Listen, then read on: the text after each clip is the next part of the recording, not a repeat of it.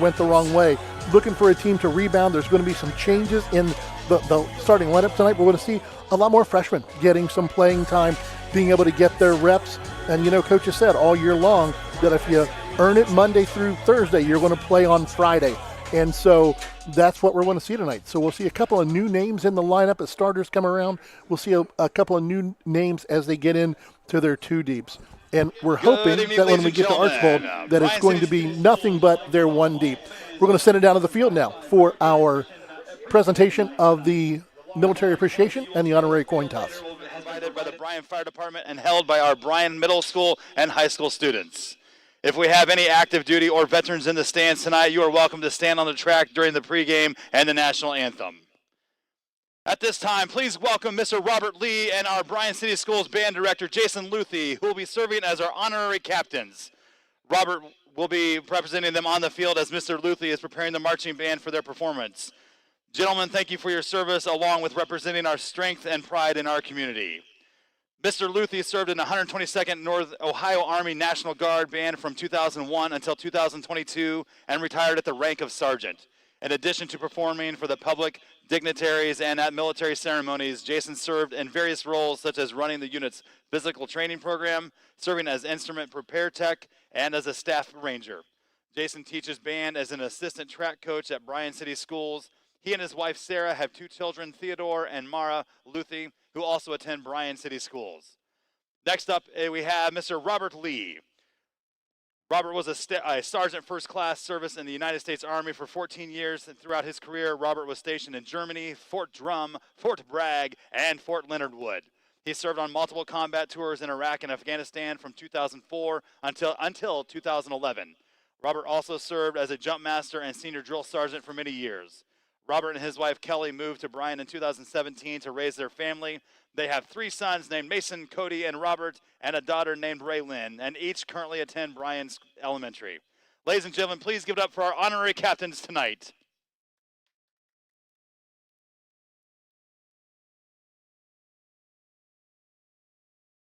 Raised their right hand and swore to uphold the Constitution against all enemies, both foreign and domestic. It's a heck of a commitment, and we're thankful for all of those who put on our uniforms. It is the Bryan Athletic Boosters pregame show. We had the chance to chat with Bryan head coach Scott Staten, and you'll hear that after this timeout on the Golden Bear Sports Network. Discover top-quality healthcare education at Northwest State. Our instructors have real-world experience, so they know how to prepare you for great career opportunities. Northwest State, where you'll get the top-quality healthcare education you need to succeed. This community is more than a place. It's where we celebrate victories and where we lean on one another in times of loss. At Oberlin-Turnbull Funeral Home and Crematory, we're proud to be rooted here, serving with care and compassion when it matters most. Oberlin-Turnbull Funeral Home and Crematory, family-owned, family-focused. Welcome to Inside the Bears Den. Dave Brobston, Coach Staten. Well, you know, the turnover battle's been going in our favor until Friday night, and man, 2 drives inside the 10. Tough way to bounce from that one. Yeah, for sure. You know, we have to talk about playing flawless offense, defense, special teams. Talk about it all the time. You know, and turnovers are just key things. When you're talking about momentum, you know, when we're talking about our team, we can't really at this point, you know, handle major catastrophic changes like that. And that's something that we ran into Friday night. You said it last week on the show that on film, Wauseon did not look like an 0-7 team. They sure didn't look like one on the field. They executed, they moved the ball, but you know, when you get the ball twice inside the 10, you get a little bit of an advantage to that. Yeah, absolutely. I mean, we do this. I mean, we've done the same thing. It doesn't take a lot of effort to find missing points real fast on Saturday morning. When you look at those 2 drives inside the 5, you start adding up 14 points here and there, and you're at 28 points before you even know it. You know, I think one thing for us offensively, we had to. I mean, they came out, they played super physical with us, and we knew that was going to happen.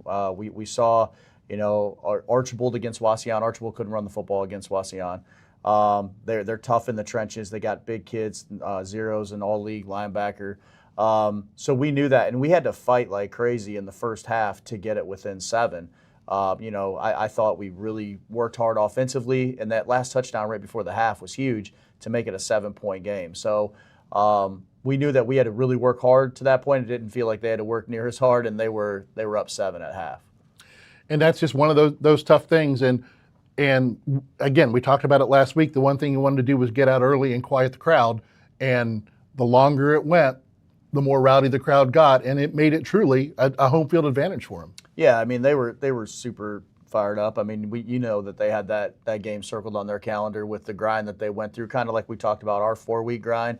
They had like a 6-week grind of just really, really tough competition. So, you know, their energy level was high. And you look at something like the play of the quarterback, you know, against Archbold, he didn't hit a single pass. I mean, he had guys open, guys dropped it, guys missed it, and they didn't miss anything on Friday night. You know, if you look at that, we took a shot down their sideline, and they picked Jake off there. And when you rewatch that from the end zone, it's an absolute unbelievable interception that kid makes. We watched it on replay after he made it, and truly, I'm like, how did you get twisted, still get a foot down, and get to the ball? It was one of the most athletic plays I think we've seen all season. Yeah, exactly. And that's exactly the scenario we wanted. We wanted to take a shot against that kid and give ourselves, you know, the matchup with Weber on him. And you know, the ball trailed outside a little bit, but that's where we wanted to miss if we were going to miss, and he just made it unbelievable. Yeah, that old saying of put it where only your guy can catch it. Mm-hmm. Well, Jake did. Yeah. Unfortunately, the other guy just made a really good play, and sometimes you just got to tip your hat and go, nice one. Yep, exactly. So this week, rivalry week, the Bluestreaks come to town. They're kind of riding pretty high. What do you think when you see this Archbold team this year? I think it looks like a tale of two teams. Early in the season, they were in some really close games, and what we've seen in recent history is they come out on top of almost all of those close games. I mean, their only loss on the season is against St. Henry, and again, they came back and had a chance to win that game. So I think about halfway through, it looks like about the Evergreen game, these last 4, they've really cranked it up. And I know they're riding high after that PH game. So they're playing like the second best team in the league, and they proved on Friday night that's who they are. Well, it's one of the things that their only loss is St. Henry. The hope is, from our standpoint, this is a trap game for them. Mm-hmm. They're riding high off PH. They're looking ahead to Liberty Center, and we can kind of sneak in and steal one as we've had them stolen from us in the past. Yeah, absolutely. I'm sure that coaching staff is seeing a lot more orange and black on their film this week than they are seeing the purple and gold for sure, with them having a big matchup for a league title next week. And that's a big one. We coming into this one pretty healthy? Yeah, we're pretty good this week. We got some movement. We got some new guys that we've put in some different spots. We're just trying to bring that competitiveness again and just overall toughness. Like toughness and physicality, I think that's something that was exposed on Friday night. You had a team that we're probably pretty evenly matched with them in the skill area, but in the trenches, they just outworked us and were tougher than us up front. Again, we're not going to use the 3 freshmen as an excuse, but those 3 freshmen hopefully are learning from these experiences and getting more and more physical up front. It was. We talked about it a little bit in the booth at halftime is, that was kind of a trial by fire. You put them in against Liberty Center and you don't expect much. And this one, they were coming at them from every angle they could all night long. Yeah, absolutely. And we shored up some things this week. Just trying to find the right combination, which that's a sign of a young team when you're going into week 9 and you're still moving pieces around. But we just got to try to find the right combination and just keep coaching the guys up. Take it one practice at a time. We've had a really good week of practice, honestly. Like we've really stressed the physicality and playing to the whistle and getting after it in practice. So we've had a really physical, hard practice week this week. And we're just hoping that'll roll into Friday night. Who would have ever thought that you've got 2 kickers on the team with Jacob Duran and Carter Luce, and your best kickoff coverage has been with a guy who's just booting it on the ground with Longoria. It's kind of been fascinating. We talked about it a couple of weeks ago, like what's this going to look like? He's kept them pinned back pretty well. Yeah. I mean, we had one little slip up where we kicked it to the up back. I think he thought he was a kicker for a second, and he got into one, but that's not what we're looking to do. We're looking to put this thing on the ground here and there. And the deal with Carter, I mean, Carter's just ramped up on a whole bunch of soccer stuff right now, important games and things like that, and he's got a little bit of wear and tear on that leg, so it helps us give him a little bit of a break. We were really fortunate to make the 2 extra points as well. We didn't have the greatest blocking up front, so. That to me would be the hardest transition from a soccer guy to a football guy. Now you got guys in pads running full tilt at you, but he's able to stay focused and get those kicks through. And now we got Jacob punting. We could take kind of the load off of people. He's a punter. Ethan's taking care of kickoffs, and Carter's taking care of our PAT. And it lets everybody keep their legs a little more fresh. Yeah, absolutely. One thing, again, you mentioned Jacob. He's become a real weapon at that H-back position.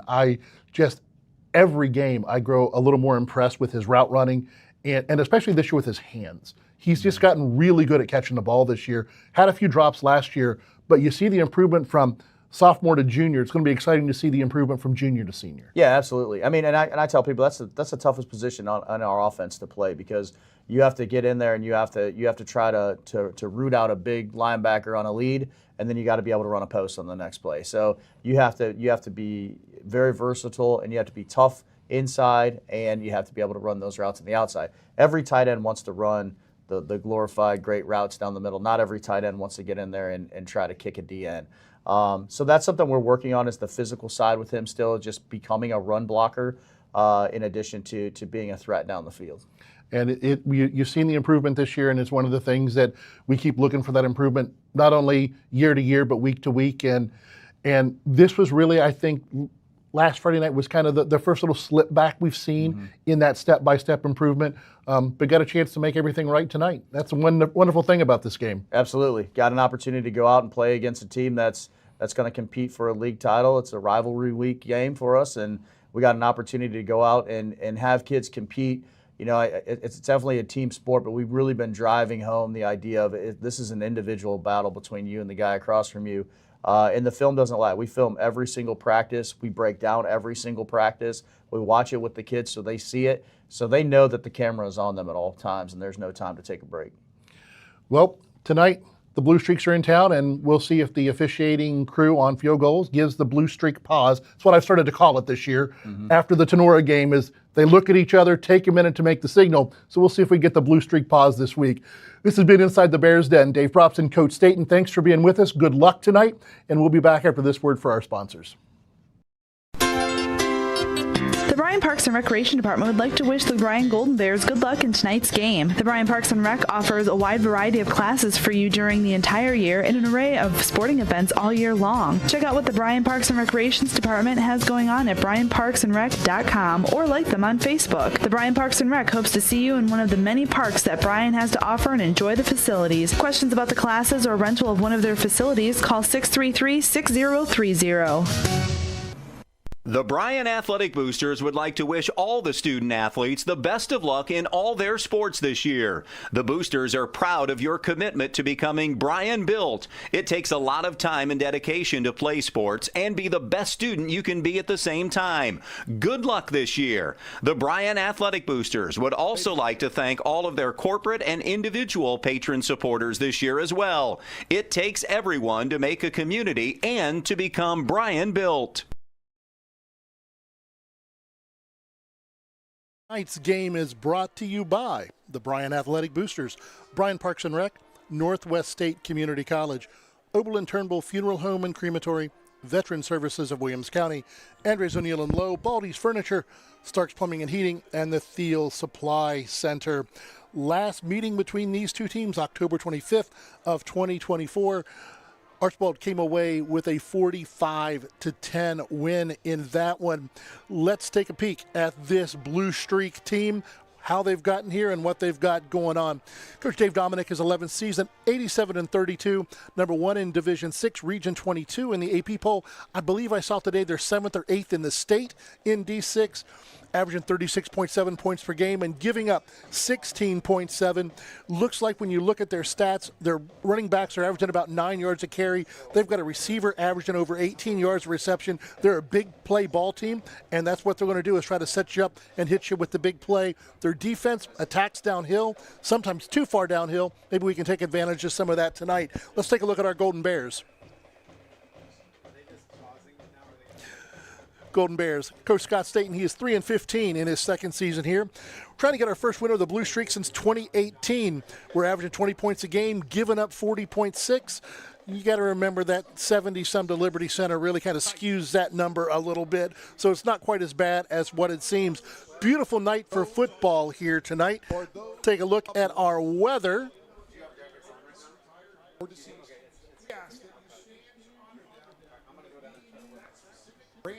Service is Our weather tonight, 70 degrees. I don't see any sun. Looks pretty cloudy to me. The lights are on already. Wind south at 10 miles an hour. And again, a perfect night for football. Let's take a break. We'll go to our sponsors, and we're going to try to work on some of our tech issues here, and we'll be right back with you on the Golden Bear Sports Network. States Army. The Bryan Athletic Boosters would like to wish all the student athletes the best of luck in all their sports this year. The Boosters are proud of your commitment to becoming Bryan built. It takes a lot of time and dedication to play sports and be the best student you can be at the same time. Good luck this year. The Bryan Athletic Boosters would also like to thank all of their corporate and individual patron supporters this year as well. It takes everyone to make a community and to become Bryan built. Here in Williams County, we believe that no veteran should feel forgotten. Our Veteran Service Office is here to serve, helping with VA claims, pensions, healthcare enrollment, and so much more. We're veterans serving veterans with dignity, honor, and respect. Reach out to us today to see how we can help, because the only veteran we can assist is the one that doesn't contact us.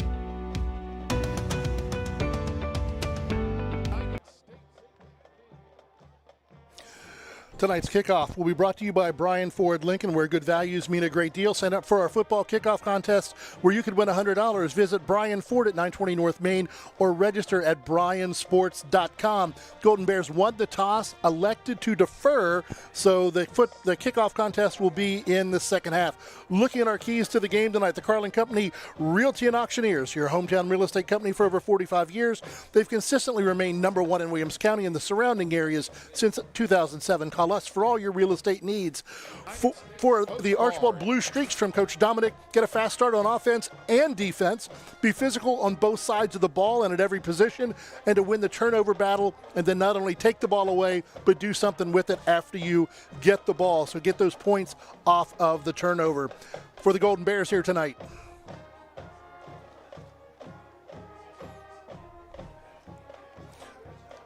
Bryan's keys to the game are going to be about the same as they have been for a big part of the season. You got to run the ball. We've got to get the running game going in the right direction. That frees up everything. It gives holes for Jake to run, also gives a chance for the play action pass and the screen pass to start working, but we've got to be able to do the running game first. Second thing that this Golden Bear team needs to be able to do tonight is be physical. They need to be physical at every position, and they need to just stand up. This is a really tough Archbold defense, and they're going to come at us hard and fast. We need to hold up on our end, be just as physical back. And the third thing is win the turnover battle. Last week, too many mistakes, gave the ball away too many times, gave short fields to Wasion too many times. They started 2 drives inside the 10-yard line. So we're definitely going to want to keep the ball going the right way and to win that turnover battle. Our game officials here tonight, brought to you by Tri-State Vision Center, has been serving the area since 1977. Contact us at either our Bryan or Montpelier offices for all your eye care needs. White Hat tonight is Derek Kruger, Arlen Kors, Paul Yunker, Dexter Kruger, and Jake Botek will be with the Black Hats on the field. This is the Bryan Athletic Boosters pregame show. We'll be right back for the national anthem, starters, and kickoff tonight on the Golden Bears Sports Network. From the first whistle to the final buzzer, life is filled with moments that shape us. Moments of victory, of challenge, of community. At Oberlin-Turnbull Funeral Home and Crematory, we're honored to stand by families through every season of life. Oberlin-Turnbull Funeral Home and Crematory, family owned, family focused. Discover great job skills training at Northwest State. With over 50 different programs available, there is something for everyone. Providing hands-on training and education is the Community College Advantage.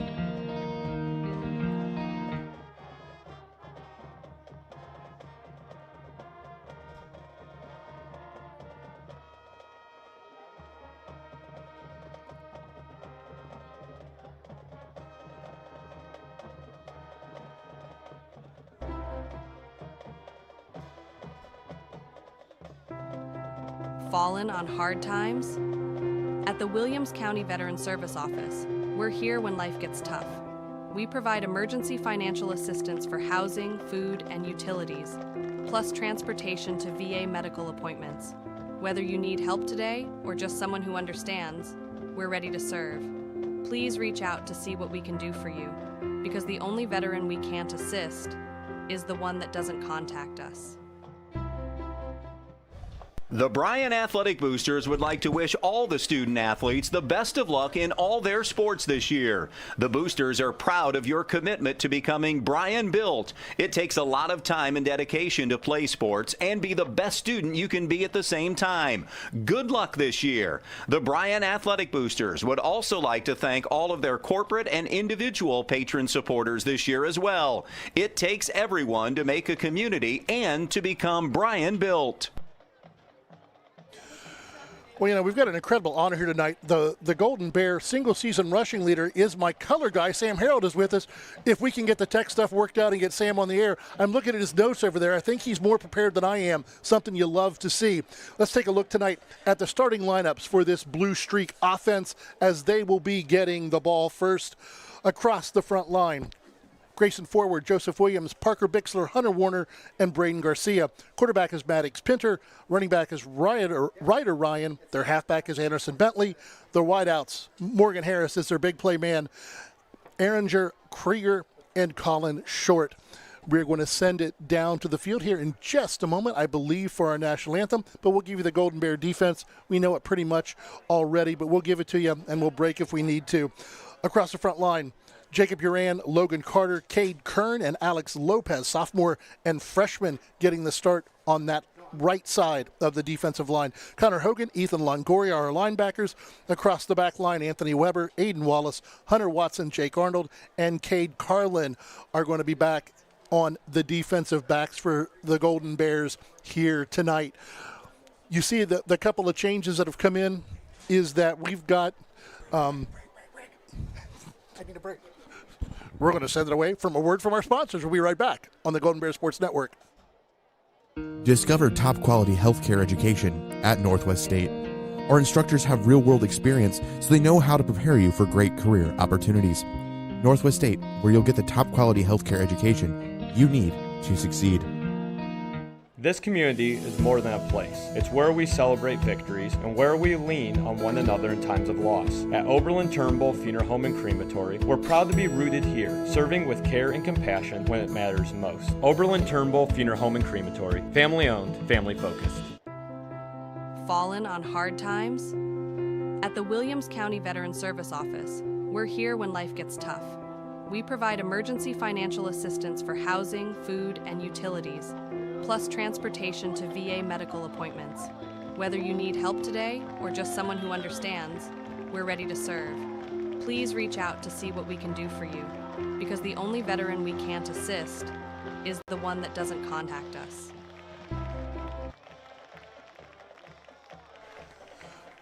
Welcome back here to Golden Bear Stadium, getting ready for the national anthem, and we've got our tech stuff figured out right up at about the 3.5 minute to go mark.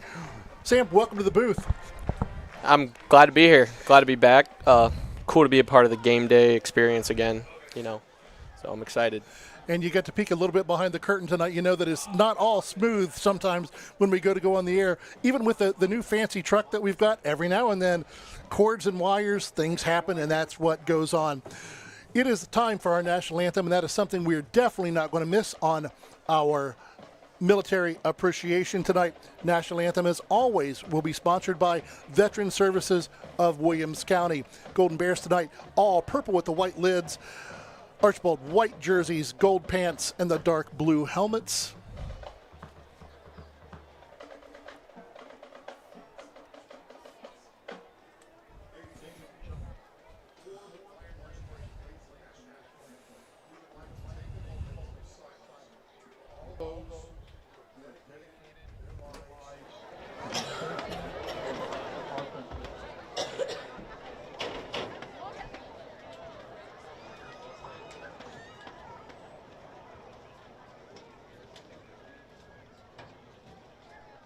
Ladies and gentlemen, direct your attention to the north end of the stadium and the American flag being raised tonight by the American Legion Post number 284. We live in a country with freedoms like no other. We ask you to remove your hat. Please stand and join the Bryan Marching Band, the athletes and coaches, as we honor our great country with the singing and the playing of our national anthem.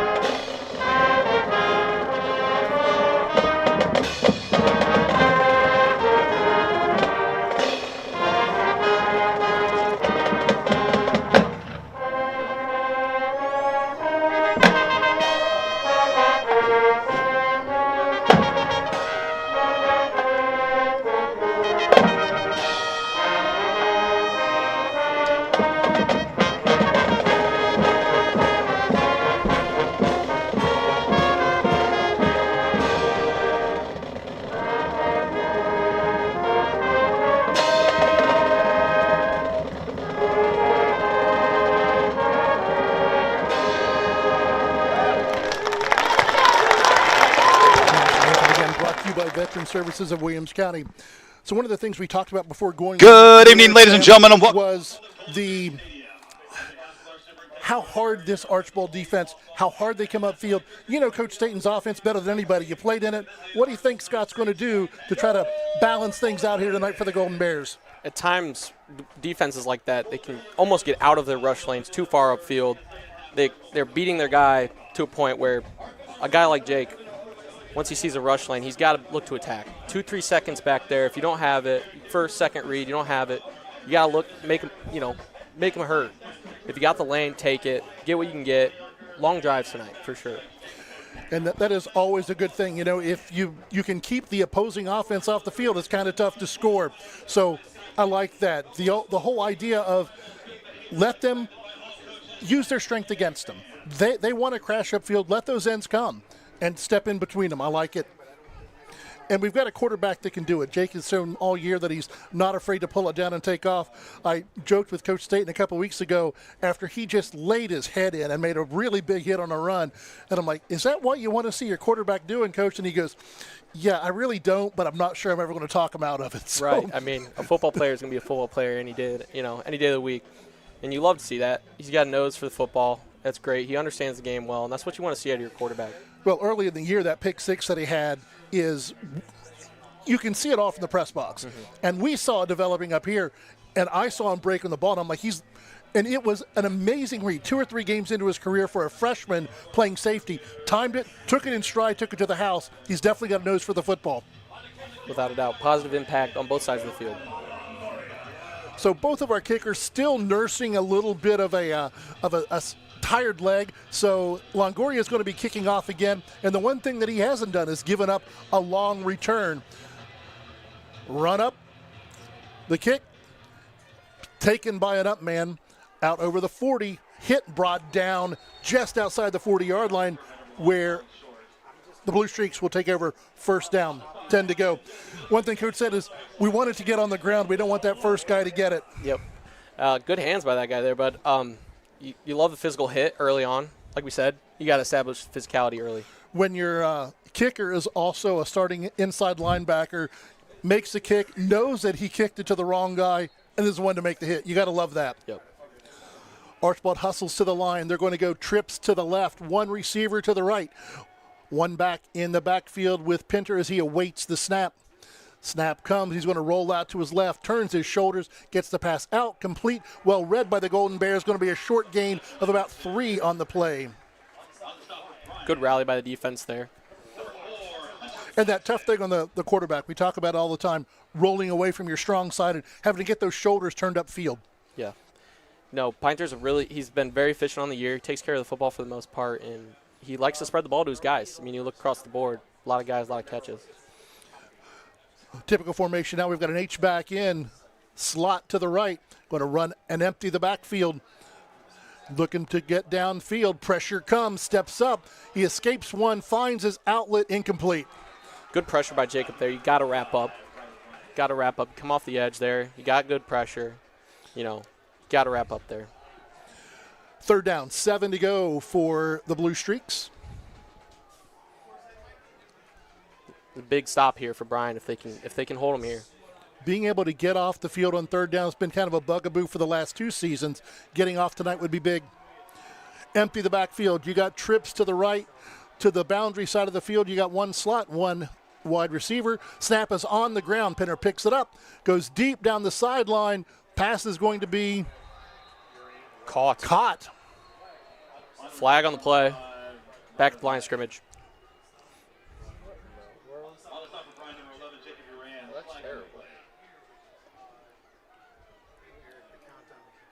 Illegal man downfield. We'll take it. Yep. Hey, keep pushing them back. Now you got 3rd and long. Expect probably cover 3, cover 4 here. Play prevent. Keep everything in front of the sticks. And that's one of the things that happens on a timing route when the snap comes back low like that. The linemen give that 2 or 3 second count, and they go. Mm-hmm. And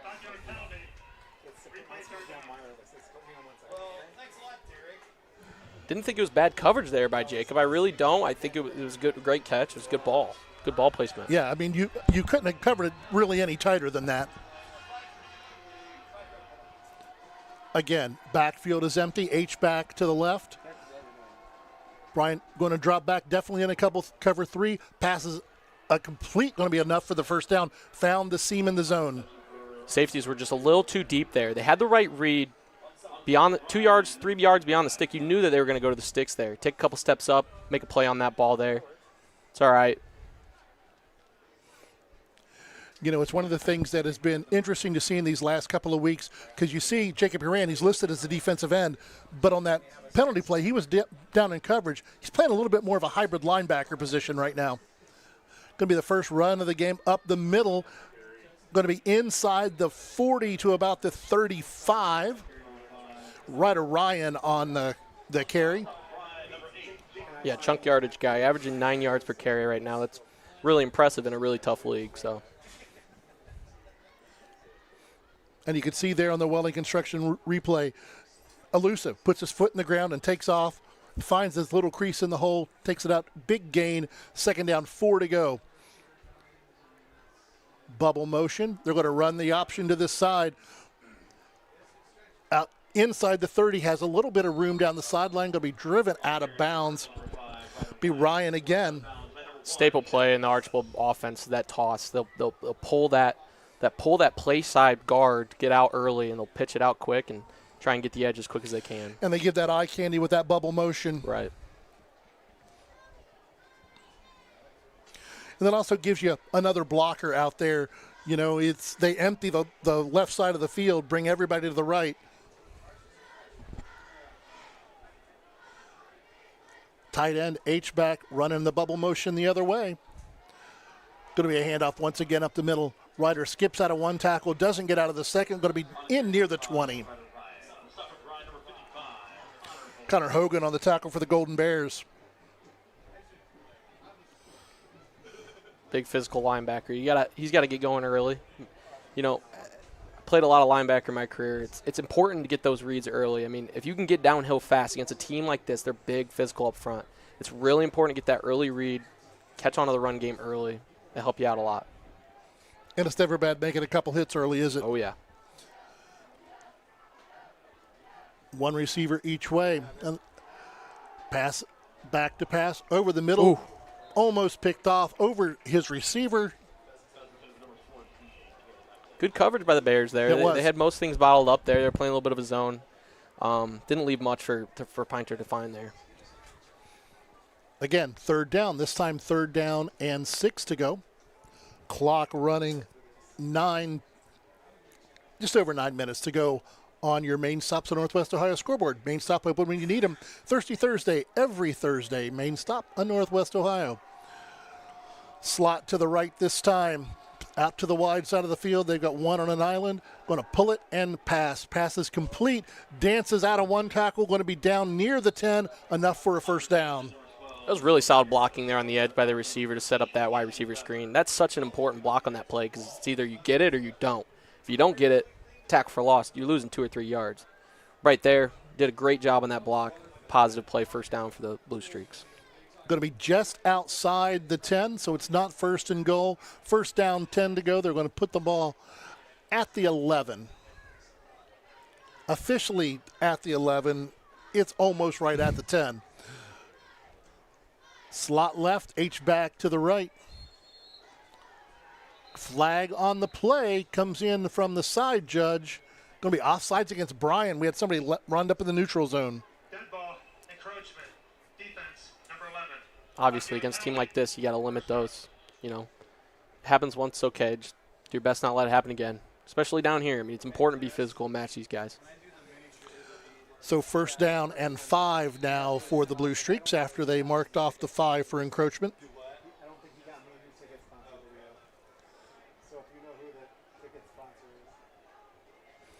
Going slot to the left, playing him close in. Going to run motion this way. Going to run it to the orbit. Breaks out of one tackle, breaks out of another touchdown. One of those things that you kind of see the orbit coming, and they run it so often that when they sneak the ball to them, we're not quite ready for it. Krieger on the touchdown. 6-0, Archbold 7 pending the extra point. Yeah, I mean, They're running it all the way down the field. They're faking it to him, get down to the goal line there, get it to him. Defense isn't ready. It's all right.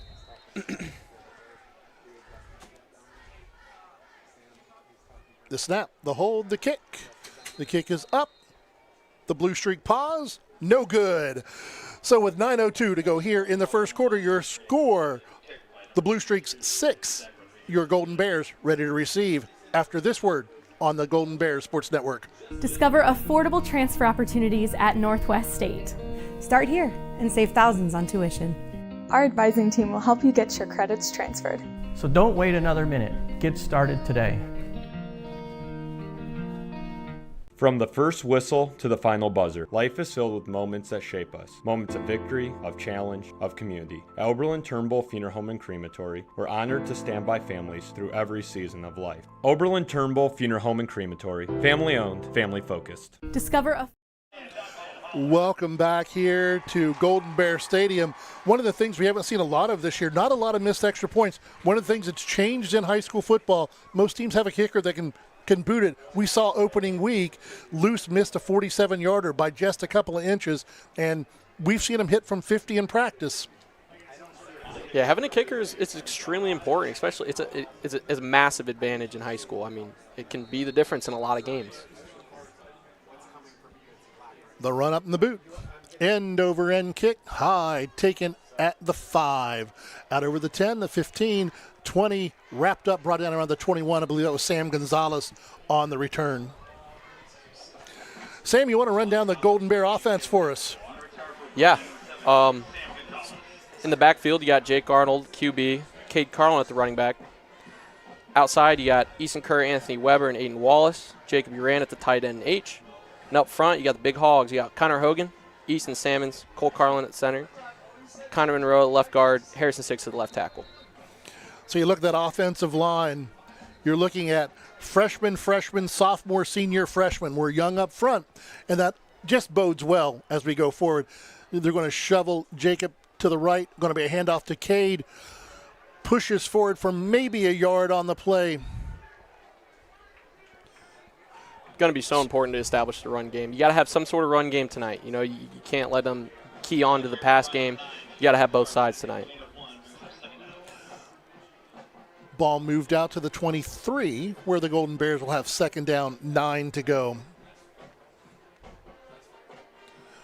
Trips to the field side. Jake in the pistol. Cade now steps up beside him. Going to give it to him again over the right-hand side. Gets back to the line of scrimmage, maybe about 1 again. Going to bring up 3rd and 8. 3rd and a long 8. Yeah. You know, he had a small hole there, but it closed pretty quick. Yeah, I mean, it's pretty easy to see. Archbold's real big up front. They got some big guys. It's going to take a lot to move them. It's important to fire off the ball, work on your double teams. You got to make gaps. You got to make gaps for our running backs to get through.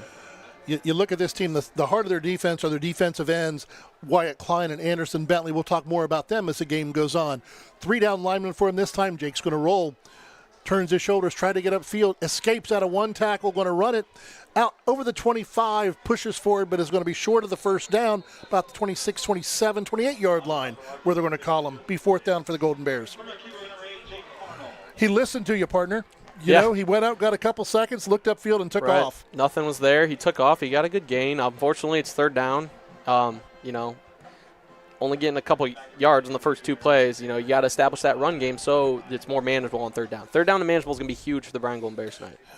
We're going to have to stay on schedule. Absolutely. Have to stay on schedule. Want to move those change. Snap back. Boot, nice boot over everybody's head. Takes the roll, goes out of bounds inside the 25.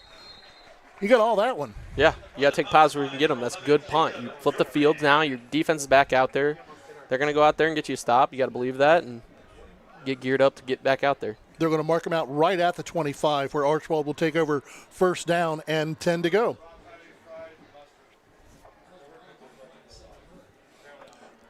It was such a tough thing last week when that snap came back low and Jacob couldn't handle it, and they take over at the 7-yard line. That one was a little bit low. He stepped up, grabbed it, and let loose a rocket. Slot both ways. Empty backfield. Going to run the motion again. Going to hand it to him going around the right-hand side. That's Ryan. Good tackle. Wrapped up, brought down, good tackle. Yeah, great tackle there. I mean, good pursuit angle. Way to get downhill. I think that's Anthony Weber. Anthony Weber. Yeah. Played a year with him. He played as a freshman, started on our defense. He's a great tackler. He's been a great tackler. Great to see because most of the team got fooled there. They didn't think it was a give, and he stayed home and made the tackle. And also leads the team with 3 interceptions. And we do call his name a lot. Making tackles, empty the backfield again. Trips to the right, slot to the left. Snap back. Pressure comes. Pinner steps around, looking, buys time, rolls, and just throws it away. Good decision. You don't see a lot of high school quarterbacks do that, but that's a good decision. That's a really good decision. You can tell that, he knows what he's doing back there. Again, like we said, he takes care of the football. He doesn't have very many turnovers on the year. He's very efficient, so expect a lot of that. Smart plays. He's going to take what he can get. And it's one of the things you really don't expect to see out of a sophomore quarterback. No, that's a positive for them for sure. Realize that there was nothing there.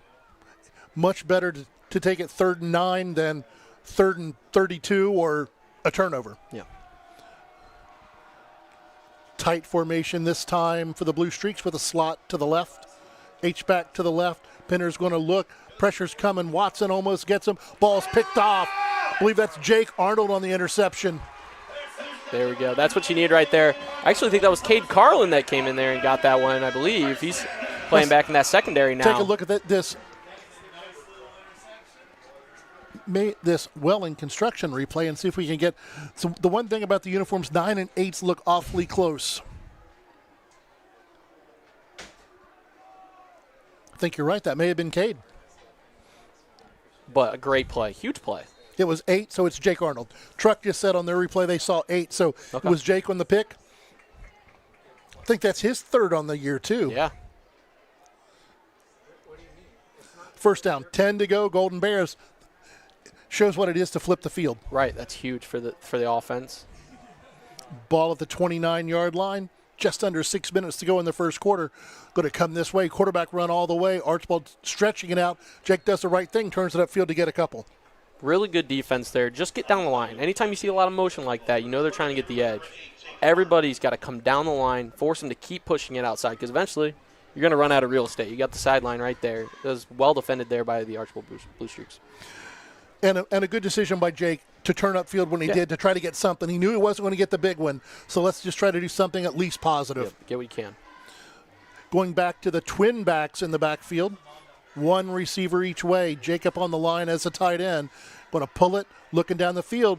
His favorite receiver caught by Jacob, dragging people inside the 5 to the 4-3-yard line. Caught that one on his helmet, I think. Good. Yeah, one of my notes on the night was Jacob Uran's been great this year. Get him in one-on-one matchups. At the end of the day, he's bigger than most of the DBs he's going to face.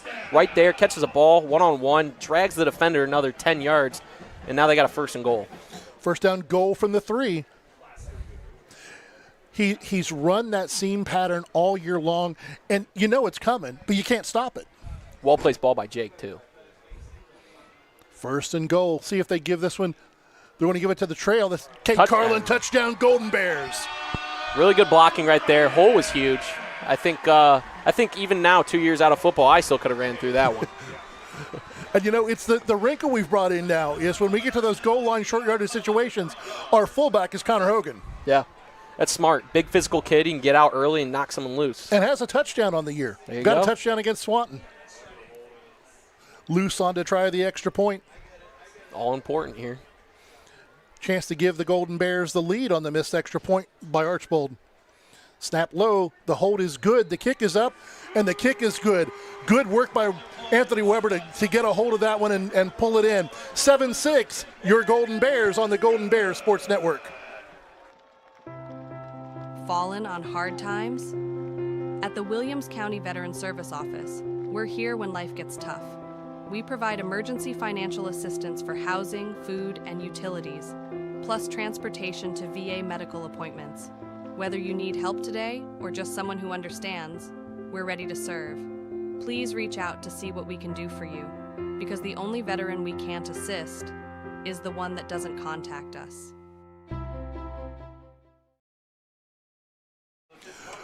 Welcome back here to Golden Bear Stadium. Your score, Bryan 7, Archbold 6, here with just under 5 minutes to go in the first quarter.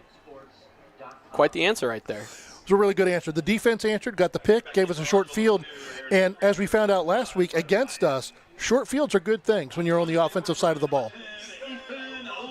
Now you got Archbold back on their heels a little bit. You got to take advantage of that. Come out with a really good defensive stand here and get the ball back. Well, and now with the missed extra point, you don't think much about it, but you get later in this game, now you got to start going for two. Right. Longoria trying to get this one on the ground, does get it between the up backs this time. That's Ryan that takes it out over the 30 to about the 31. Good coverage by the Golden Bears. I like to see some of the pressure that we had there on that last drive. I think that forced the ball out early. We were getting a little bit of pressure on the QB. He wasn't comfortable, and he airmailed one right to our safety. It was perfect. Well, and on that interception, I don't know if you saw it, but coming off the backside was safety Hunter Watson. Yep. We brought a safety blitz that time. Not up the middle. You normally expect your safety blitz up the middle. A little Hunter bit of was late coming pressure around the outside. Again, slot to the left, Pinner in the backfield with his back. Going to give it to him. It's Ryan. Picks his way up the middle, 35-40. Going to be brought down. Yep, that was a power run right there. Pulled the back guard. Came right up the middle. Good kick out block. Pin and pull. First down 10. Ball at the 43.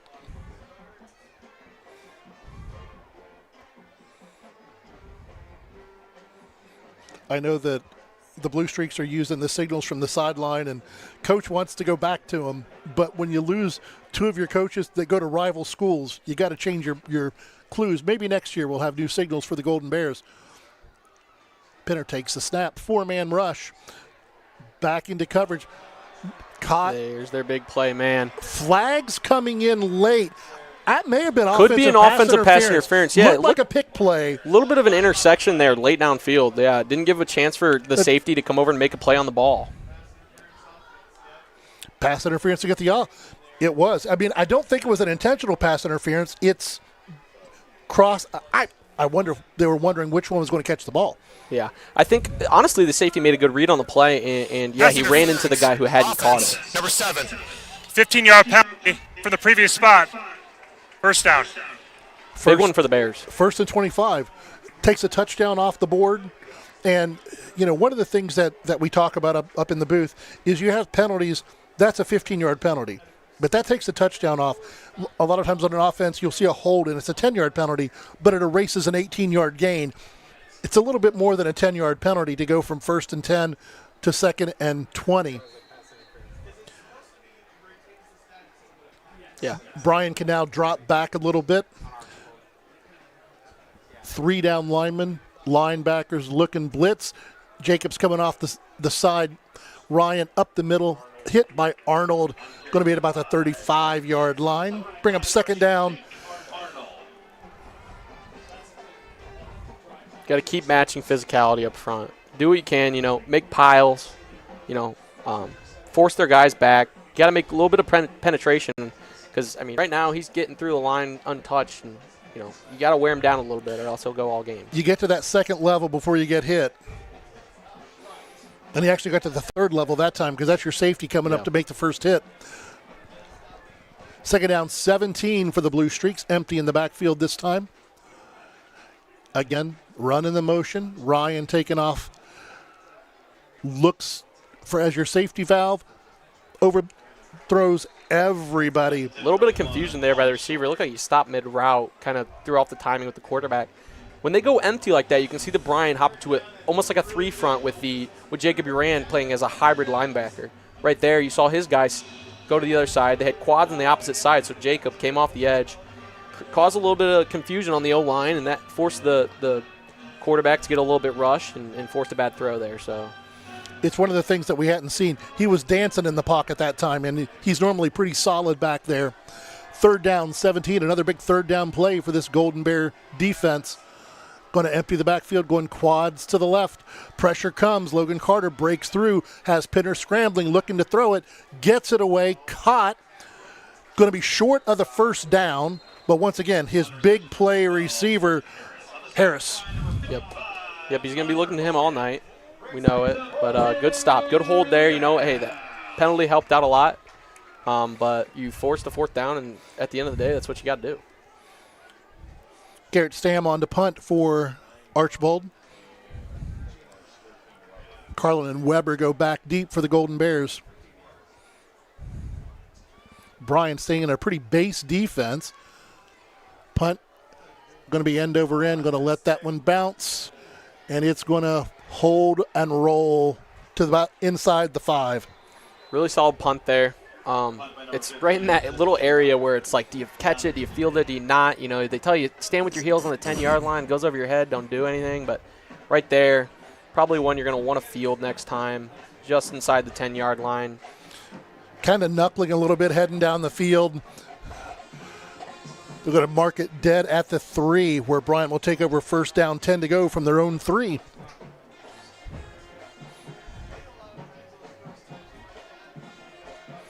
I think about a 16-play, 97-yard drive, get us to about 6 minutes to go in the second quarter.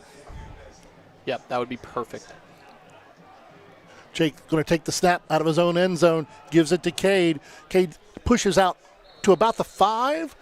Going to mark him right at the 5-yard line. Just trying to get out of the shadow of the goalpost on that one. Yep. Archbold packing the box, obviously. You know, you're inside the 5-yard line. You got to know they're gearing up for the run. I'm hoping that they mix in a quick pass here, something they can get out early, something high percentage to get one of their playmakers to make play, possibly get them away from the end zone. Yeah, to be able to give something short to Weber or maybe hit Easton Kerr over the top.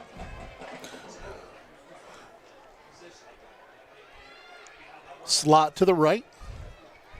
Kerr out by himself to the left. Jake's going to pull it. Going to be out over the 5 to about the 7. Read option on that one.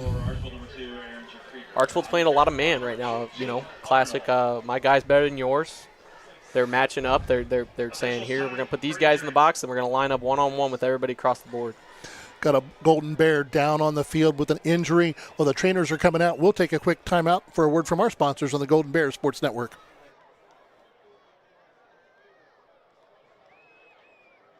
From the first whistle to the final buzzer, life is filled with moments that shape us. Moments of victory, of challenge, of community. At Oberlin-Turnbull Funeral Home and Crematory, we're honored to stand by families through every season of life. Oberlin-Turnbull Funeral Home and Crematory. Family owned, family focused. Discover great job skills training at Northwest State. With over 50 different programs available, there is something for everyone. Providing hands-on training and education is the community college advantage.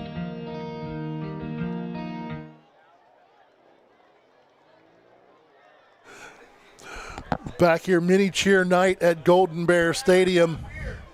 We are getting our player off the field.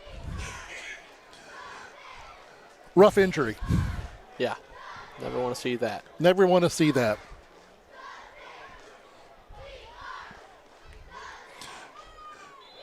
Young man will be able to sing soprano in the church choir on Sunday. All right, 3rd and long here. 3rd and long. Again, hopefully something quick, something across the middle, something coming towards the middle of the field. Again, for the most part, they're running man on man. I don't expect that here. You expect zone coverage, something toward the sticks. But if they go man on man, we should have the advantage. Their initial lineup, they're in a 3 deep.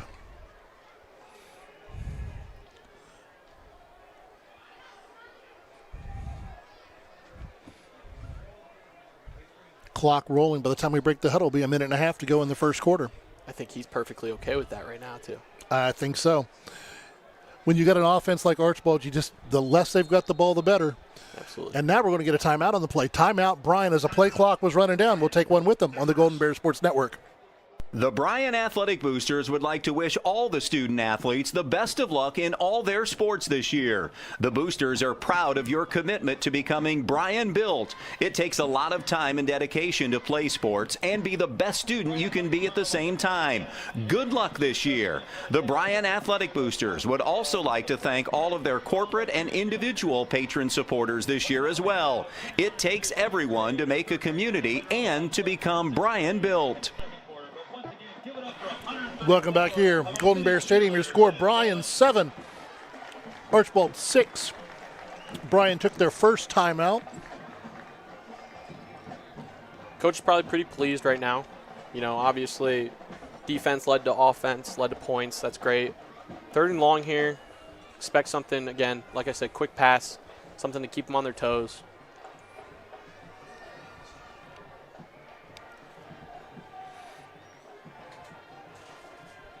Bryan jogs back. Ball is at the 7.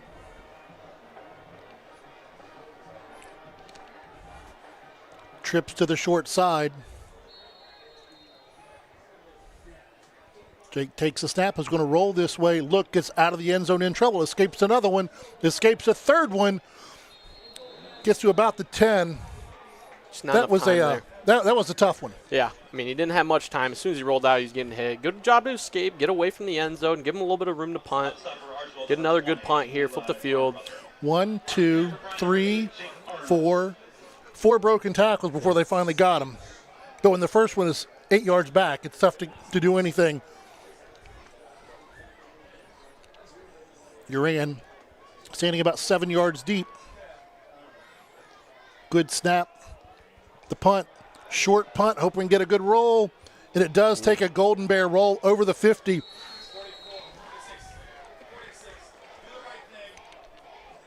Mark him out of bounds at the 45, 46-yard line.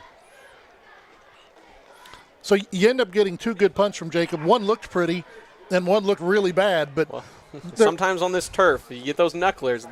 They hit the ground and they start rolling. So right there, it worked out well. You know, Sam, one of the things that we talked about your senior year and then last year was every roll, every punt.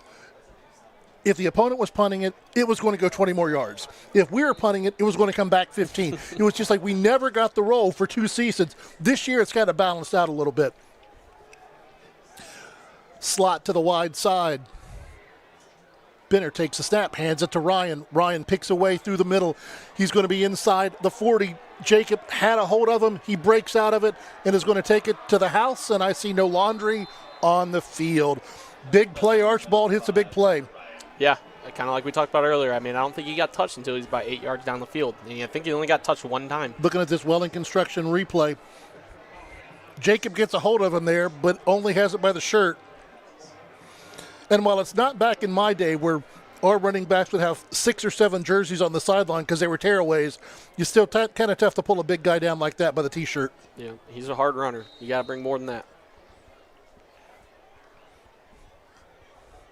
Extra point attempt, snap, the hold, the kick is up, and this one is good. So with 29 seconds left here in the first quarter, your score, Bluestreaks 13, your Golden Bears 7 on the Golden Bears Sports Network. The Bryan Parks and Recreation Department would like to wish the Bryan Golden Bears good luck in tonight's game. The Bryan Parks and Rec offers a wide variety of classes for you during the entire year and an array of sporting events all year long. Check out what the Bryan Parks and Recreations Department has going on at bryanparksandrec.com or like them on Facebook. The Bryan Parks and Rec hopes to see you in one of the many parks that Bryan has to offer and enjoy the facilities. Questions about the classes or rental of one of their facilities, call 633-6030. One of the things that has been haunted this Bryan team this season, last season, 1 and 2 play drives.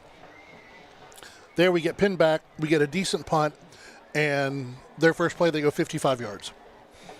Yeah, I mean, at the end of the day, big plays, they're going to happen, but you have to limit them, especially against teams like this. You got to make them drive the field. You have to have long drives. And for Bryan tonight, it's got to be both on offense and defense. The rump of the boot from the left hash. Going to bounce. Picked up at the 2 by Sam. Going to break it out to the 15. He's got a little seam out over the 20, near the 25, 26-yard line. Nice return. Almost snuck through there. Had a little bit of a seam, a little bit of a gap.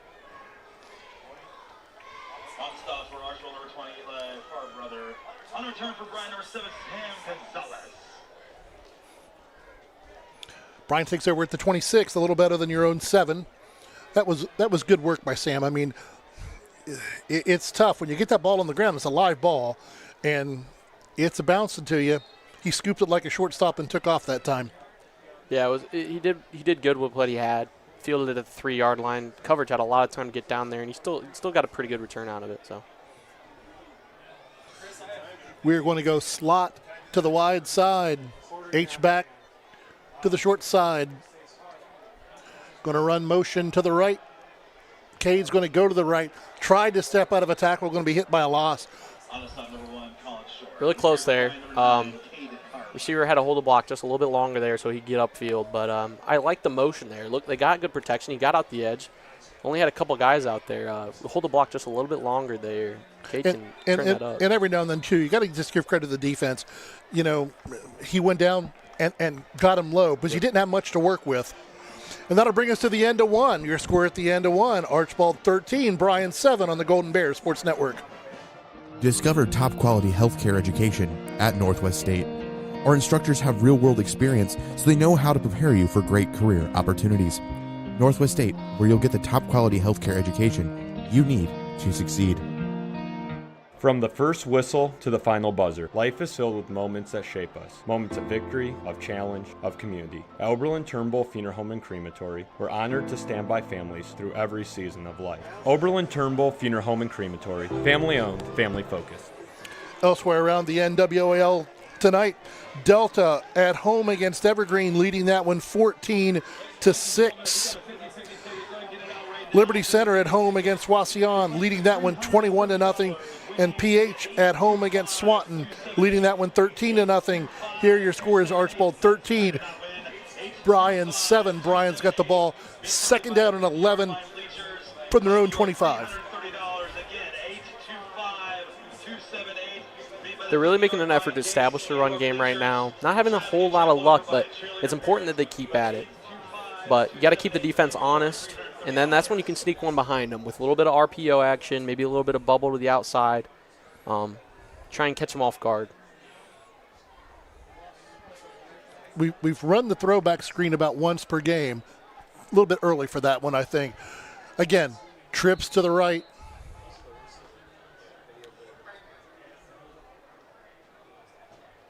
Jake takes the snap, pulls it, throws it out to the side. Ball is batted down, incomplete. Dean got way upfield there, played that really well, got a hand up. He used all 6'5" of his build there to get up and knock that ball down.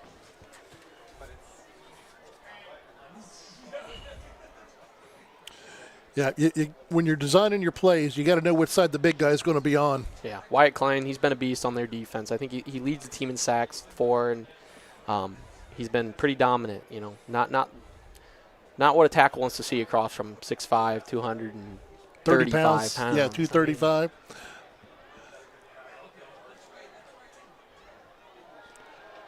Jake back to pass is going to pull it down and run. Again, wrapped up and brought down at about the 30-yard line. Going to bring up another fourth down. Been a lot of that tonight. We've seen Archbold going low and wrapping up at the feet. Can't run if you don't have your feet. That's true. Yeah, fundamentally, Coach Dominic runs a really good program over there. For years, their fundamentals have been great. Yeah, they're a team that knows how to tackle for sure.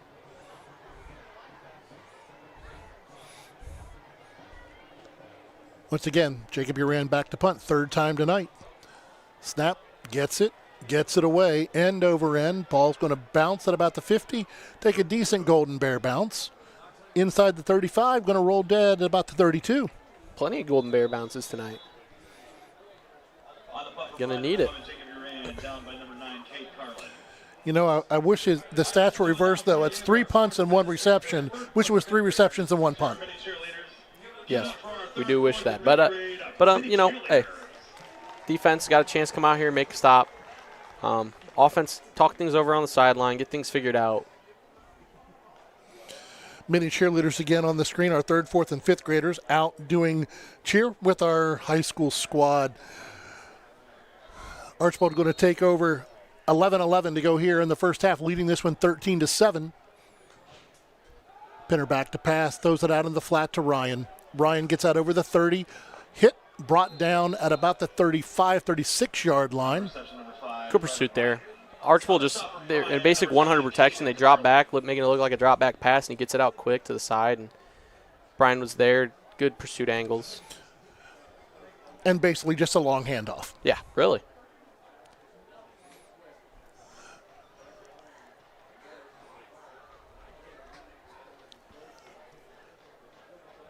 Putting all the power to the wide side this time. Ball's on the ground. Pinner picks it up. In trouble. Wrapped up and brought down. I don't believe that was Pinner. That was Rufinock in at quarterback. Rufinock there at quarterback, yeah. A little bit of a switch up.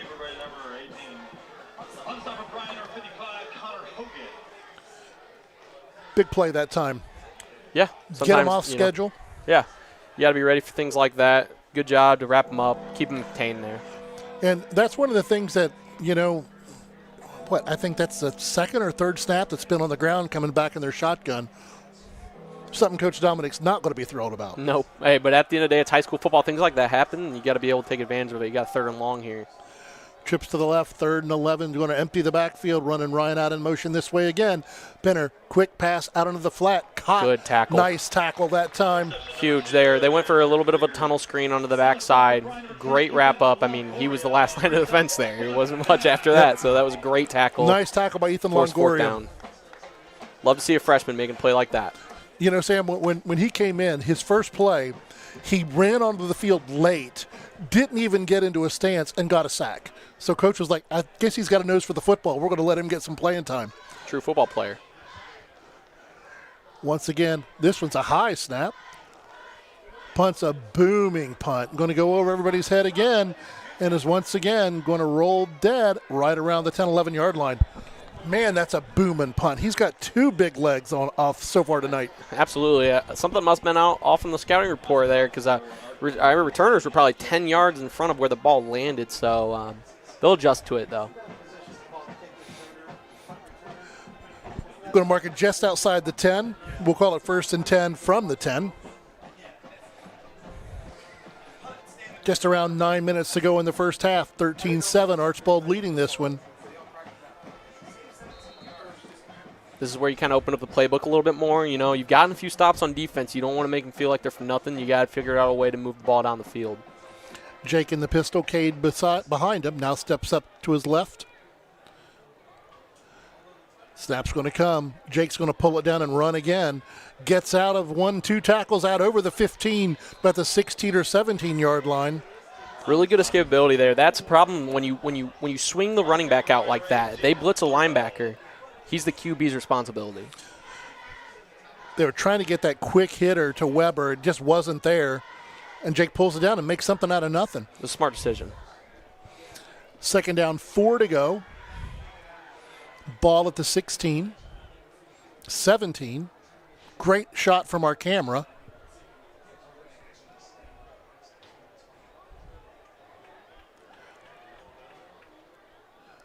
Again, looks like man pressure from Archbold, and we get a crease wrapped up, stopped. It was a great.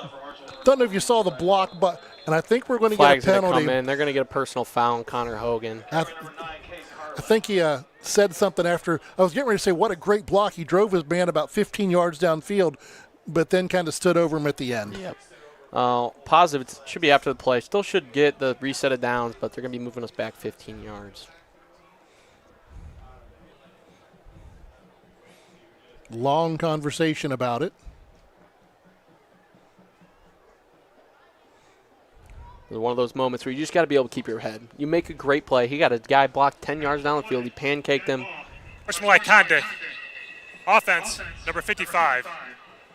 At the distance at the goal, it was a good first down. First down, Bryan. So going to move it back just like you called. First down, Bryan. Move the chains, but back up.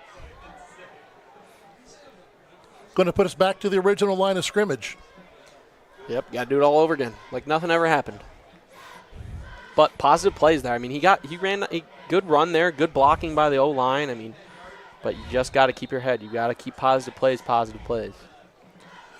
Going to go trips to the left, to the wide side. Going to empty it. Jake's going to look to pass. He's going to throw it. He's got Weber down the field. Intercepted. Yeah, just a little bit late. I think he had a window there. Oh, there's a flag. We got a flag. Flag deep in the backfield. Krieger on the interception. Well read by the safety, though, coming over to take it away. Yeah, very good play there. Good break on the ball. Good ball skills. 79. Penalties declined. First down, Archbold. Penalty declined. I don't mind. They're trying to take a shot, but great play by the safety, reading that ball, coming down, high pointing it, getting up in the air. Great play. And I think you're right. I think if you had hit him just about a stride sooner.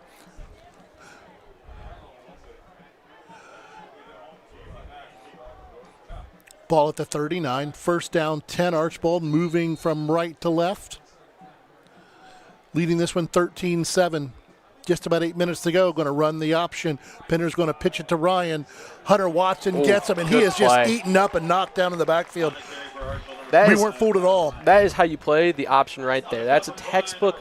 He sticks it down. He comes downhill hard, and he knows that the end's job is to take the quarterback. So he's not worried about that at all. He's straight to the running back. He was on a beeline to it. As soon as he got the pitch, he was there to make the play. Hunter Watson wraps him up. Connor Hogan finishes him off. Big loss on the play. Second down 14. Ball outside the 40 now to the 43-yard line. Penner takes the snap. This time it's just going to be a pitch to the right-hand side. Gets a blocker or two. Gets back to about the original line of scrimmage. That was Schumacher on the carry. Like to see the Bears hitting. They're being physical tonight. They're matching physicality. Just got to get downfield just a little bit sooner. Right now, though, I like what they're seeing on the defensive side. They're getting stops. They're getting big plays. They're getting big hits. What they need to do. 3rd and 10. Ball back to the original line of scrimmage. Archbold coming out. Slot to the left. Single receiver to the right. H-back to the left.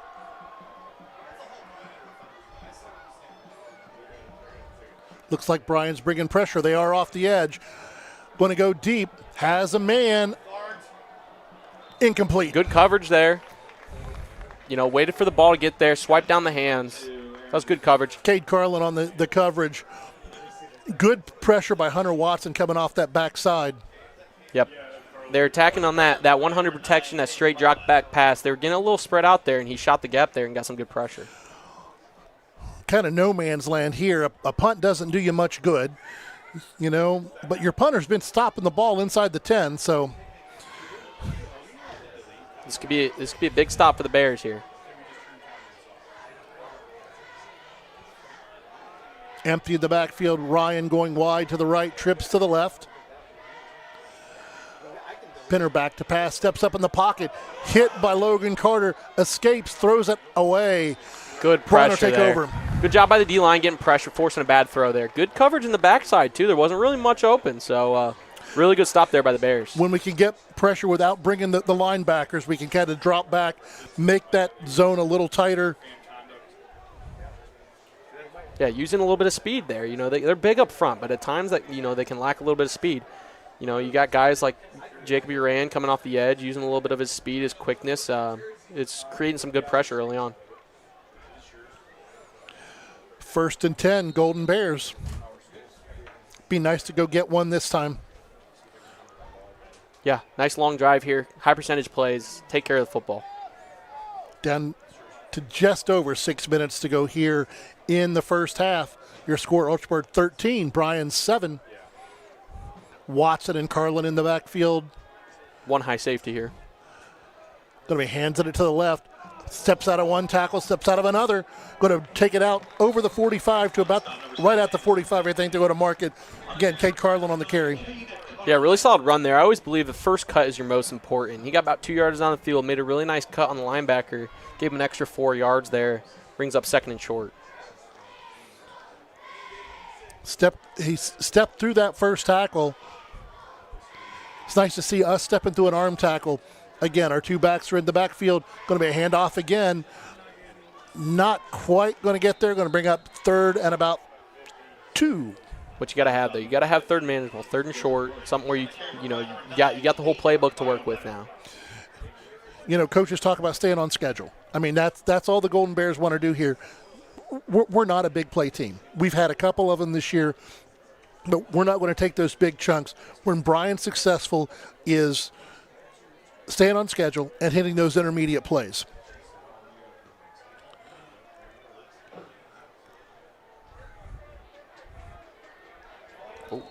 Arnold gets him to jump. Got him to jump. He's got a great hard count. That's third or fourth time this year he's got someone to jump. Really good discipline by the offense. Good hard count there. Getting one of their better players on their defense jump off sides in a big position. Big first down. We'll take him any way we can get him. Anyway, that's important. I mean, one of the parts of the game is if you don't even have to snap the ball and you can get a first down, you'll take that any day.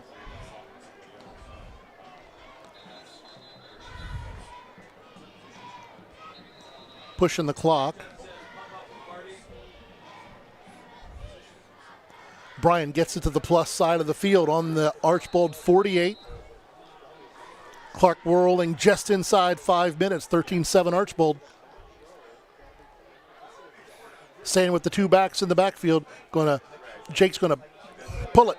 Gets about 2. I like that there. Get a couple options, maybe next time you hand it there. And, they're expecting to run up the middle. You get the edge with Cade, and that's setting up something later on. Now, wondering if they're drawing something up. Rhett McGill was the starting quarterback most of last year. This year he's moved to wide receiver. But now you basically got 3 quarterbacks on the field. You got Jake Arnold, you got Cade Carlin, who started last year as quarterback, and Rhett McGill. Yeah, this would be a game to use it right here. You're playing well against a good team. Again, Watson and Carlin in the backfield. They're going to give it to Watson over the left-hand side. Going to get to about the 46. Gain of a little bit, maybe 1. Now we're off schedule, 3rd and 8. Yeah, hopefully you can get a play here where you got a couple options for Jake early. Not there, he can use his legs. If you can get it to 4th and manageable here, you're probably in 4-down territory. Ball at the 46. Going to go slot to the right. Single receiver to the left. Jake's going to get it. He's going to roll to the right. Looks downfield. Has protection. Throws it. Caught. Anthony Weber inside the 40 to the 35-yard line. First down, Bryan. Really, really solid protection there. A little bit 800 slide with a rollout to the right. Got the edge nice and good. The only guy who was coming down on Jake was the backside end was coming unblocked, but that's what you're going to have on a slide block like that. Really, really good job to step in and make that throw. And one of the things we saw Weber do a lot against Evergreen was his best game of the year offensively, that doing just that, coming back to the ball. Know your quarterback's rolling. You get a certain place and you're like, okay, he's in trouble. I'm going to come back. Shows the numbers. Passes right on the money. Going to be a handoff this way. Nice run. Ball came out late, but he's on that sideline. That's okay. Went out of bounds. Look at this Welling construction replay. Cade lowers the head, and he delivered the hit. Mm-hmm. Wearing down the defense a little bit. Now they're starting to get downfield. I mean, they got big guys up front, but right now Bryan's keeping it on them, being physical, and they're running the ball well right now. And having no problem letting this clock just keep inching its way down, Absolutely. Keeping that blue streak offense off the field. Back to the single back. Jacob Uran back in. Jake goes out on the flat. Jake Arnold looking, escapes. He's got Green in front of him. Go. He's got Green. Pulled it down. Going to be a gain of a couple or 3. We can say as much as we want up here. We're not down there with the ball in our hands, but I think he definitely had a chance to, if he would have taken off, he had the edge there.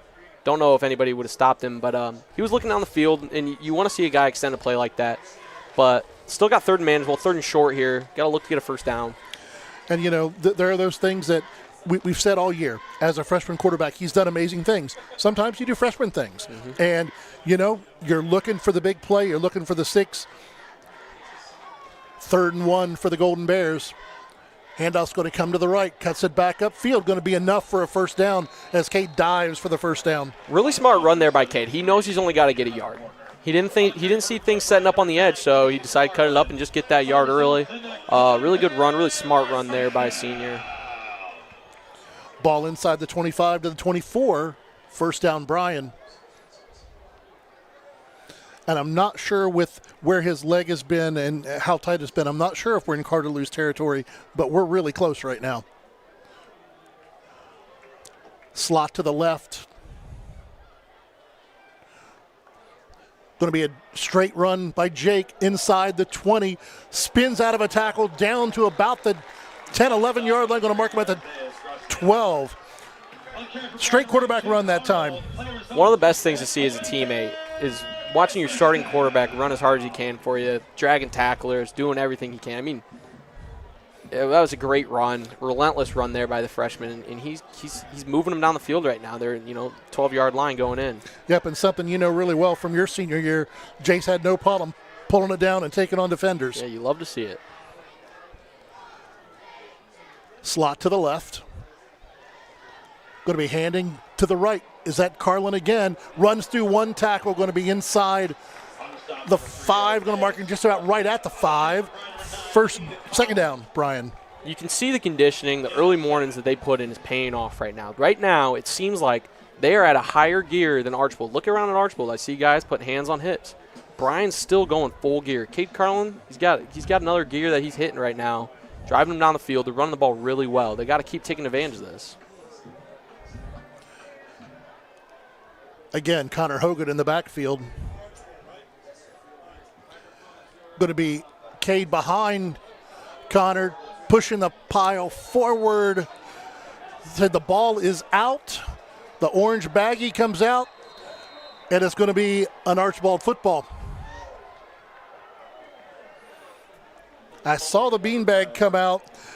I'm not sure if he was down. Came out really late. You don't have the advantage of replay in high school. No. Unfortunate there for the Golden Bears. Take a look on the Welding Construction replay, see if we can see it come out. He's driving forward, can't see the ball. That's really late where it comes out. Yeah, I mean, positive for the Bears. They drove all the way down the field there. Unfortunately, give it up, but they got to hold strong here for about 1 minute. Going with the 2-deep look as Archbold's going to put slot to the right. They're going to give it to Ryan coming this way. Out over the 15, over the 20, breaks another tackle. Finally drug it out of bounds at the 30.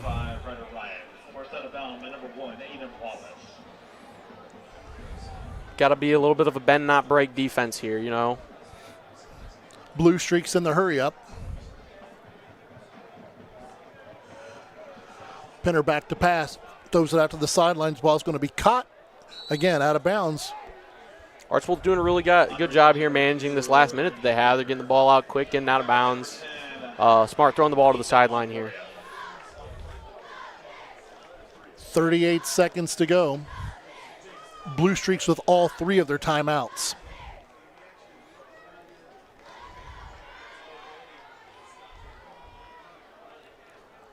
They're going to go empty the backfield, trips to the right, 2 to the boundary side. Pinner has time. Time breaks down, is in trouble, running around in the backfield, buys time, throws long, passes caught. Still, wrap up, get him down. They're finally going to call him down. Ethan Bowman on the catch for the Bluestreaks. Yeah, I mean, that's tough in the secondary. You got pressure early. You got to find a way to get him down. Gets out late. You can only guard for so long, and he finds one behind the defense there. But they got him down. Took a lot of time off the clock. They got about 20 seconds that they got to go here. And Bluestreaks are going to take a timeout. We'll take one with them on the Golden Bear Sports Network. Fallen on hard times? At the Williams County Veteran Service Office, we're here when life gets tough. We provide emergency financial assistance for housing, food, and utilities, plus transportation to VA medical appointments. Whether you need help today or just someone who understands, we're ready to serve. Please reach out to see what we can do for you, because the only veteran we can't assist is the one that doesn't contact us. Welcome back here. Inside, 30 seconds to go in the first half. 13-7, Archbold driving to the Bryan 21-yard line where it's first down. This is where the seniors got to step up, and they got to get their boys ready to go. You got to hold in. You got to hold on right here. They got 21 yards going in, 22 seconds. This is a huge stop for them. They've seen that they can move the ball. and they got to keep them out of the end zone before the half. And the good thing for the Golden Bear defense is the field gets short back here. Empty the backfield again. Pinner takes the snap. Back to pass. Looks across the middle. Over everybody, incomplete. Yeah, good coverage there.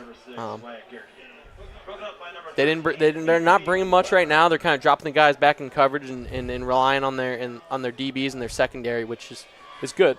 But they got to get a little bit of pressure to make sure that he can't just stand back there and pick wherever he wants.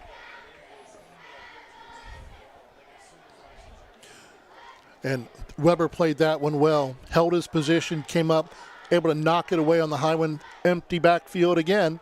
Pinner's going to run the motion this way. Ryan's going to be a safety valve, and they're going to get it to him.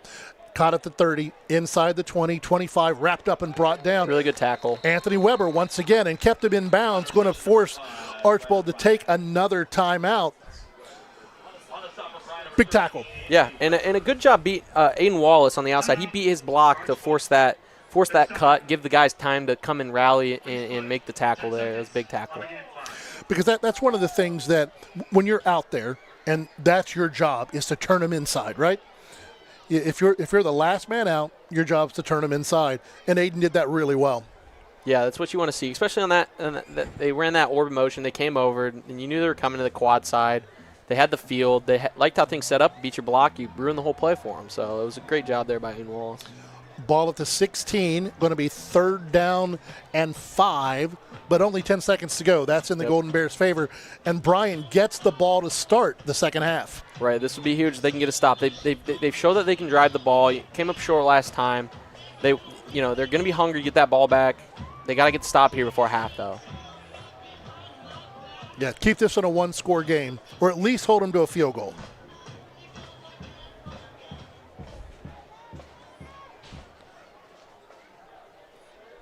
Coming back with a tight formation. Ryder in the backfield with Pinner. Pinner's going to take off, pulls it down, trouble coming, throws it away. I'm not sure that's... I don't think that got back to the line of scrimmage, but I don't know. Good pursuit there. Obviously kept them uncomfortable. Looks like they're going to go with field goal here. Field goal attempt coming up. Yeah, I thought he almost crossed the line of scrimmage before he threw it. And then B, I'm not sure if it...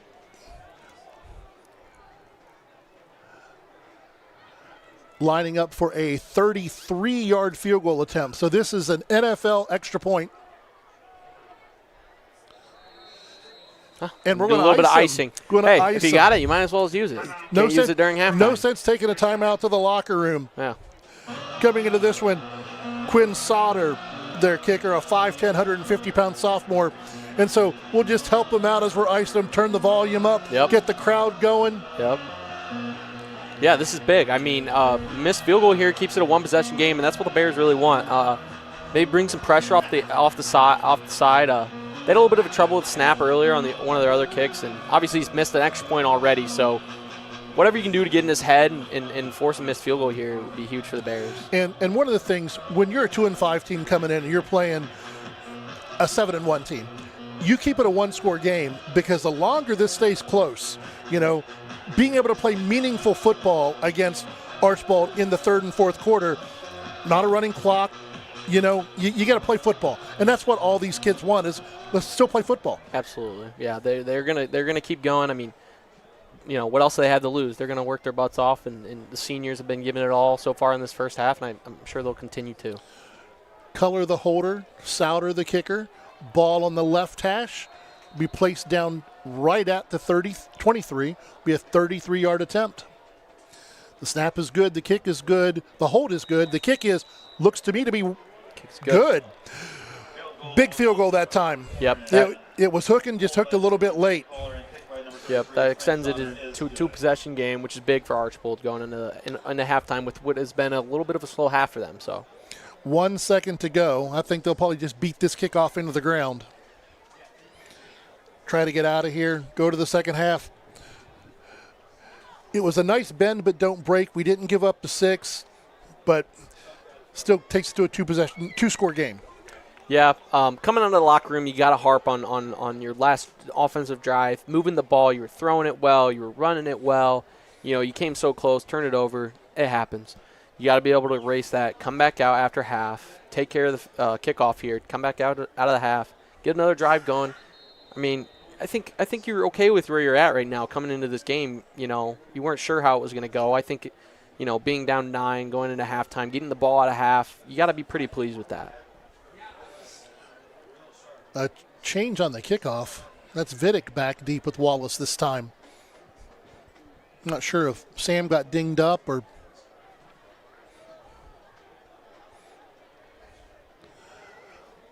Ball teed up just inside the left hash again. 1 second to go here in the first half.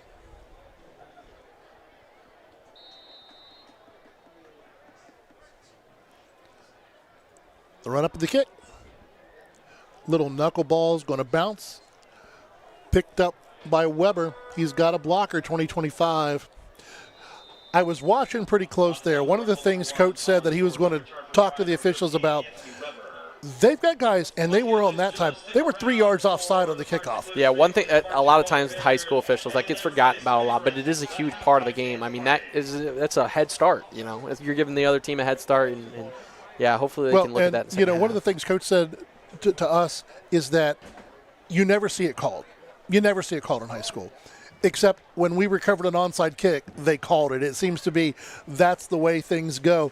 The marching Bluestreaks are going to be coming out here 16-7. Got to say, a pretty good half for the Golden Bears. Yeah, like I said, you're pretty positive. Offense was moving the ball really well there towards the end. The defense has gotten multiple stops tonight. Yeah, I think you're pretty pleased. You guys are playing physical, doing what they can. Realistically, this should probably be a 2-point game. But they get the ball at a half with a positive mindset, get down the field, get some points on the board, and you never know. I mean, this is what you want to keep. You want to keep it close with a team like this. I mean, we talked about this a little bit at the beginning of being a trap game. I mean, you got to think they're undefeated in the league. They know who they play next week. They play LC next week.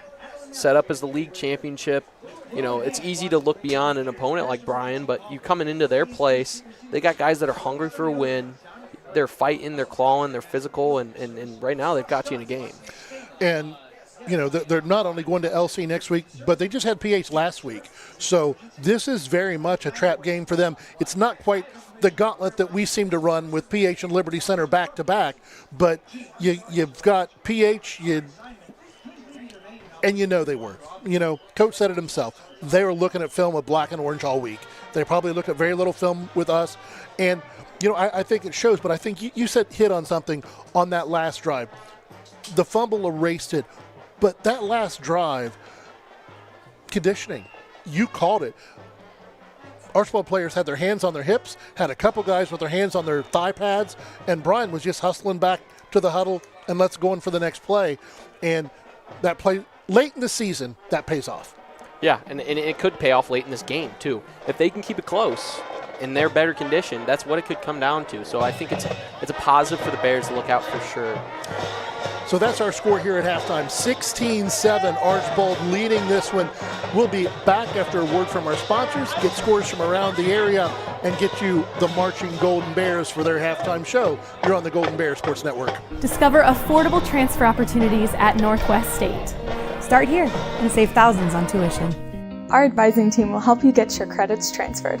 So don't wait another minute. Get started today. From the first whistle to the final buzzer, life is filled with moments that shape us. Moments of victory, of challenge, of community. At Oberlin-Turnbull Funeral Home and Crematory, we're honored to stand by families through every season of life. Oberlin-Turnbull Funeral Home and Crematory, family owned, family focused.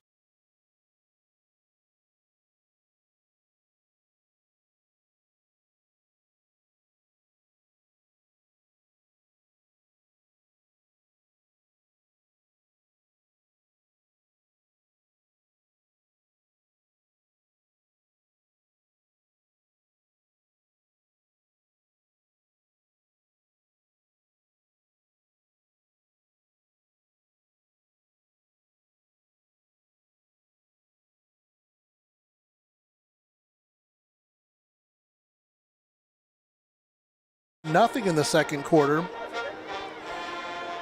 Defiance leads Bath 13-12. Montpelier leads North Central 21-20. And Shawnee leads Van Wert 17-0. And Ayersville leading Antwerp 6-0. That's a first quarter score coming in. Scores from around the area. And again, the big one next week, should Archbold win this one, is going to be that LC Archbold game for the league title. Yeah, and like we've been saying, there's no doubt that they have probably been preparing for that game already, almost looking past Bryan. I think in this case, it's definitely helped Bryan a lot. Anytime you try and do that, where you try and just skim over a team, you shouldn't do it, because this league it's a competitive league, it's a tough league. These guys, seniors, this is one of their last games on this field, one of their last games of football. They're going to give it everything they can to get a win like this. And it's when the games matter. And, there's two times the games matter. The games matter when you're in the hunt for the playoffs. The games matter when you can spoil a rival's shot. Oh, absolutely. And a loss here tonight doesn't take Archbold out of the playoffs. So they're number one in the region. But, it does change things around. Maybe they don't get that first week bye. Maybe they end up having to go on the road after they lose to Liberty Center next week. So a chance to play spoiler, especially as a senior, can sometimes be just as meaningful as your own wins. Right. They've had to, they've put in a lot of work and through a lot of tough times the last couple of years, tough seasons where they've really had to grind. They're still waking up 6 a.m., working their butts off. They're conditioning, and they're doing everything they can to win a game like this. They're 2-6, probably not going to make the playoffs, but they're sitting here with a team that's first in their region. And eighth in the state. Yeah. And we're playing them literally play for play. You take away, letting a punt roll to the 2, and you take away a fumble, you can't take them away really, but we've played them play for play for most of the game. Yeah, I think Coach Staten's absolutely pleased with what his team's doing right now. They're giving it their all, and you got all across the board, freshman to senior. You got guys playing really hard for each other, and as a coach, you can't ask for a whole lot more. It's what you asked for, and one of the things Coach said is, practices have not let down. They're still just as intense. Players are still competing with each other for positions, and you can see them out here competing on every play. That's one of those that the fumble late in the half by Cade, I didn't see the ball come out, but I wasn't on the field, and I'm sure we've got a better angle 80 yards away than the official that was on the spot had. But still, it's one of those things that, you're fighting for that extra yard, and sometimes that's what happens when you're fighting for that extra yard. And so it's that catch-22 for a coach is you don't want your guys to not fight for the extra yard, but sometimes it's like just go down and protect the ball. But we held them to a field goal. It's not a 20-7 game, it's a 16-7 game. So touchdown and a field goal, and we're ahead of this thing. But we need to do something when we take the ball coming out of the half. Absolutely. Again, I think we kept the playbook pretty basic in the first half, and it was doing. We were driving. We drive the field there towards the end. Here's the thing: coming into the second half, you got a little bit. You can use a little bit more of that playbook. Now you're in a game with a team that's really good. They're the top of the league. They're 7-1. Open up that playbook. Like we were talking about. There's times you got 3 quarterbacks on that offense. Double pass. This is a game right here where if you can get one of those to land, that could be the game-changing play. And we think about, back to last week at Wasion, Kate Carlin had Easton Kerr wide open on a double pass and just missed him. And when you think about where that came in the game, that's a momentum swinger. And, from a guy who's played sports for a long time, and especially in football, momentum is the 12th man. Yeah, absolutely. It can definitely, it can completely change the game. And I think it's really important for the Bears to continue to find that momentum and get behind their crowd. At the end of the day, this community always comes out and supports, and that's a great thing about playing at Bryan. These guys just need to come out, leave it all out there, because right now they're playing well, and they're in a game with a really good team, and they got a chance to make a great memory for them. 2-6 on the year, you're probably not going to look back on it and be like, oh, wow. But if you can get a win against a really good team like Archbold, you'll forget everything. You'll be like, oh, we beat 7-1 Archbold at home, and they were first in their region, and then they ended up having to travel for their playoff game. Makes a whole lot of sense. We're going to send it away for a quick commercial break, and we'll be right back with the Marching Golden Bears on the Golden Bears Sports Network.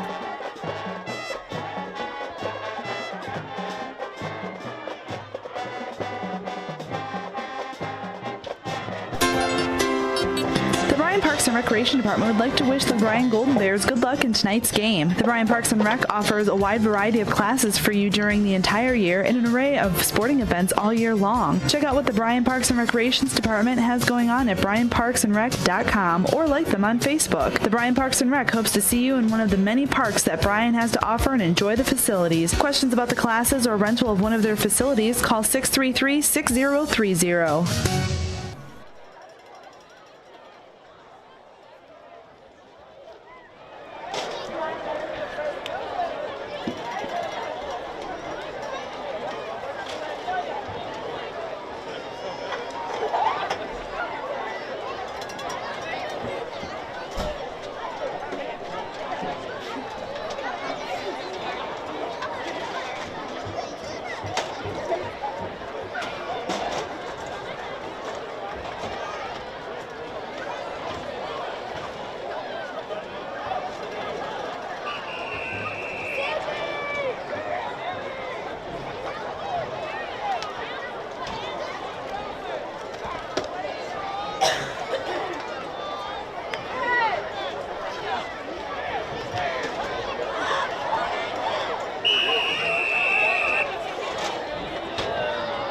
Good evening, ladies and gentlemen.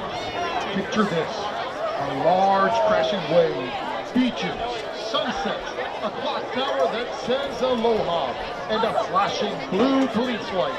Those were all images from this television show's opening credits. They successfully captured the sights and energy of Hawaii and let you know that Jack Lord, with his intense stare, catchphrase of Book 'em Dano, and his team were there to fight crime and catch the criminals. We're doing our part tonight as the Bryan Marching Band performs the theme to Hawaii 5-0.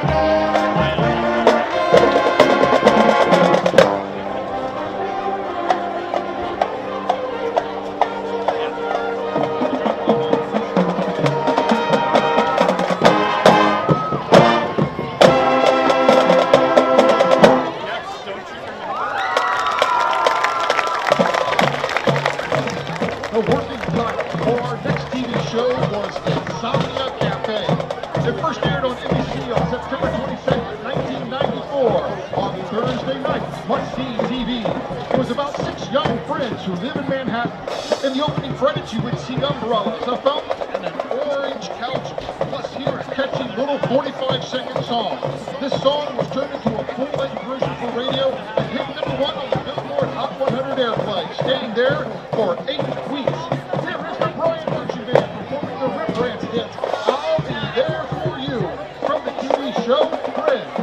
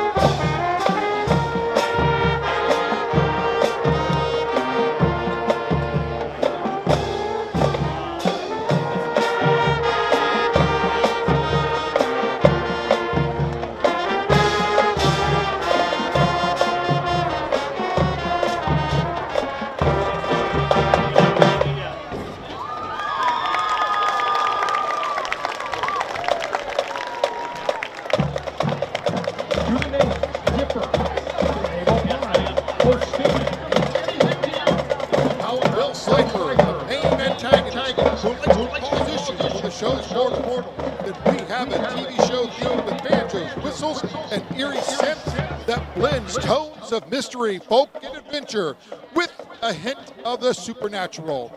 Our closer was written by Brad Breek, who wrote music for various animated series, airing on June 15, 2012, and appearing here for the first time tonight.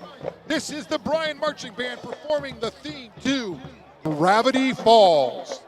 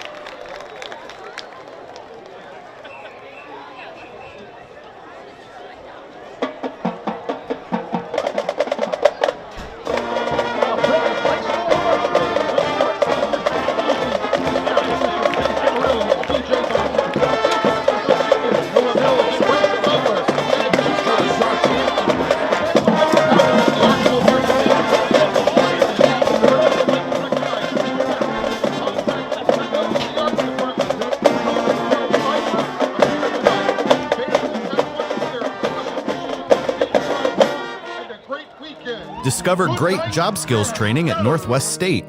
With over 50 different programs available, there is something for everyone. Providing hands-on training and education is the community college advantage. Trust is built when we know someone has our back, on the field, in the stands, and in life. At Oberlin-Turnbull Funeral Home and Crematory, we're more than a service provider. We're neighbors and friends. For generations, families have trusted us to care for their loved ones with compassion and dignity. The Bryan Parks and Recreation Department would like to wish the Bryan Golden Bears good luck in tonight's game. The Bryan Parks and Rec offers a wide variety of classes for you during the entire year and an array of sporting events all year long. Check out what the Bryan Parks and Recreations Department has going on at bryanparksandrec.com or like them on Facebook. The Bryan Parks and Rec hopes to see you in one of the many parks that Bryan has to offer and enjoy the facilities. Questions about the classes or rental of one of their facilities, call 633-6030.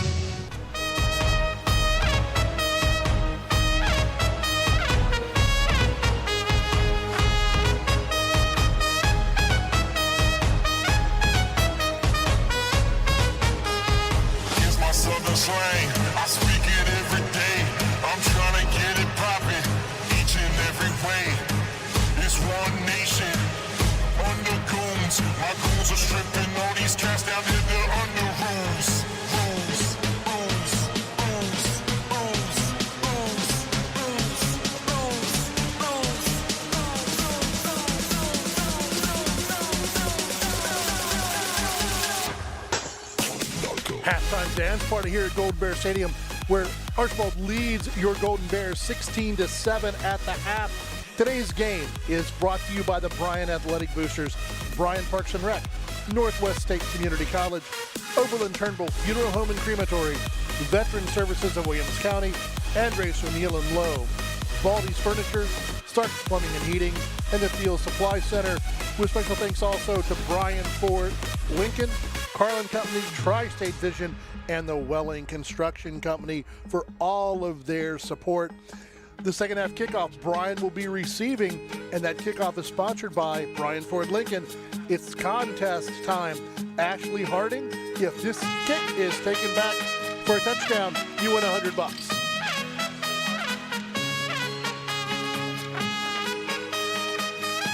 Well, we talked to some of the coaches as they were walking by at halftime, Sam, and we all kind of agree this is the best Bryan's looked all year. Score doesn't show it on the scoreboard, but we've looked good tonight. Absolutely. I think the coaches are getting what they want to see. They're seeing the kids play hard, all right? The defense has got key stops. The offense has moved the ball against a really good Archbold defense that's only given up 16 points a game. I mean, obviously, we should have scored there at the end. We didn't. That's going to happen. You're going to have turnovers. Got to come out. I will say, though, I asked the coaches, and on the coaches' replay, they said the ball did come out. They said it did come out? Yeah, they said because I said, I don't think it came out. I was like, no. With their replay, with their cameras in the end zone, and that frame by frame, it came out. Yep, I mean, got to double skin it, down tight like that. But, I mean, it happened. And they got a chance to get the ball back and get right back on schedule. You know, good energy from the sideline right now. I think this is where you're really going to see the guys who really have that will and that grind. This is where the seniors need to step up, and the rest of those guys need to be playing for the seniors because they've only got a couple more games left in their career, and they've got a chance to be a really good team. And, you know, next week's game, well, it's not a Liberty Center, it's not a PH, it's not an Archbold. So, you know, we're not talking top of the league. I think Delta's 4-4, but it's a different game because they're just going to run at you all night long. Absolutely, and if they can pull one out here against Archbold, puts Delta on notice. It does. Right, ladies and gentlemen, absolutely. and you know, for those out there, we're still not eliminated. No, Again, yeah. If you can find a way to get out of this game alive. with a win, you can take care of Delta next week. You absolutely, there's a chance you can make it in the playoffs. Because one of the things that folks have to remember when it comes down to the way playoff points go, secondary points. Secondary points carry a lot of weight. You beat a number one team, that's a lot of points. But they've also beat 7 teams, and you get secondary points for all that. Right. So you'd watch Bryan jump. The quality of win is very important when it comes down to the playoffs and making that decision on who gets in and who doesn't. Ball teed up just inside the left hash. Once again, booted away. taken at the 5 to the 15 to the 20. Small crease closed up. Going to get about the 25 wrapped up and take it down. Yeah, we want to look to keep getting the guys involved in the passing game. Look for Jacob. Get some one-on-one matchups. Get your guys in positions where they can make a cut, get the ball out quick. I love that Jake's using his legs in the first half. I think he'll continue to do it here, and hopefully that the line can hold up and give him some time. And it's one of the things now to go in at halftime. You had a chance to look at them for the first half. They were playing a lot of man and bringing a lot of pressure, and so now you've had a chance. You can scheme that as well. Bryan going to start one back, slot to the right, going to send Jacob to the left. Jake's going to roll that way, looks downfield, doesn't have a man, pulls it down, spins, going to be knocked down at about the 30-31 yard line. Looking for Weber on a double move, just didn't have him. Well played that time by Morgan Harris, who was covering him. Yeah, that was really good coverage, but a good decision by Jake, too, to make that quick decision. Oh, it's not there. He saw that early. Tucked the ball, got 5 yards on first down. Going to bring up 2nd and 5, and we haven't had a lot of those. Been a lot of 2nd and 9, 2nd and 8s, staying on schedule. It sounds redundant and it sounds simple, but that's what you want to do. It keeps your playbook open. 7 in the box here. Jake, again, is going to pull it down and run out over the 35. Going to be enough for a first down.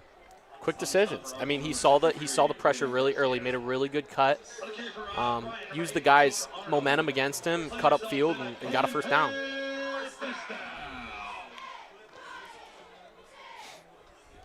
And you called it 7 in the box. They brought pressure.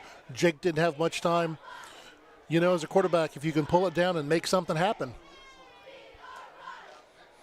The difference between the two quarterbacks is Pinner pulls it down and he just keeps his eyes downfield.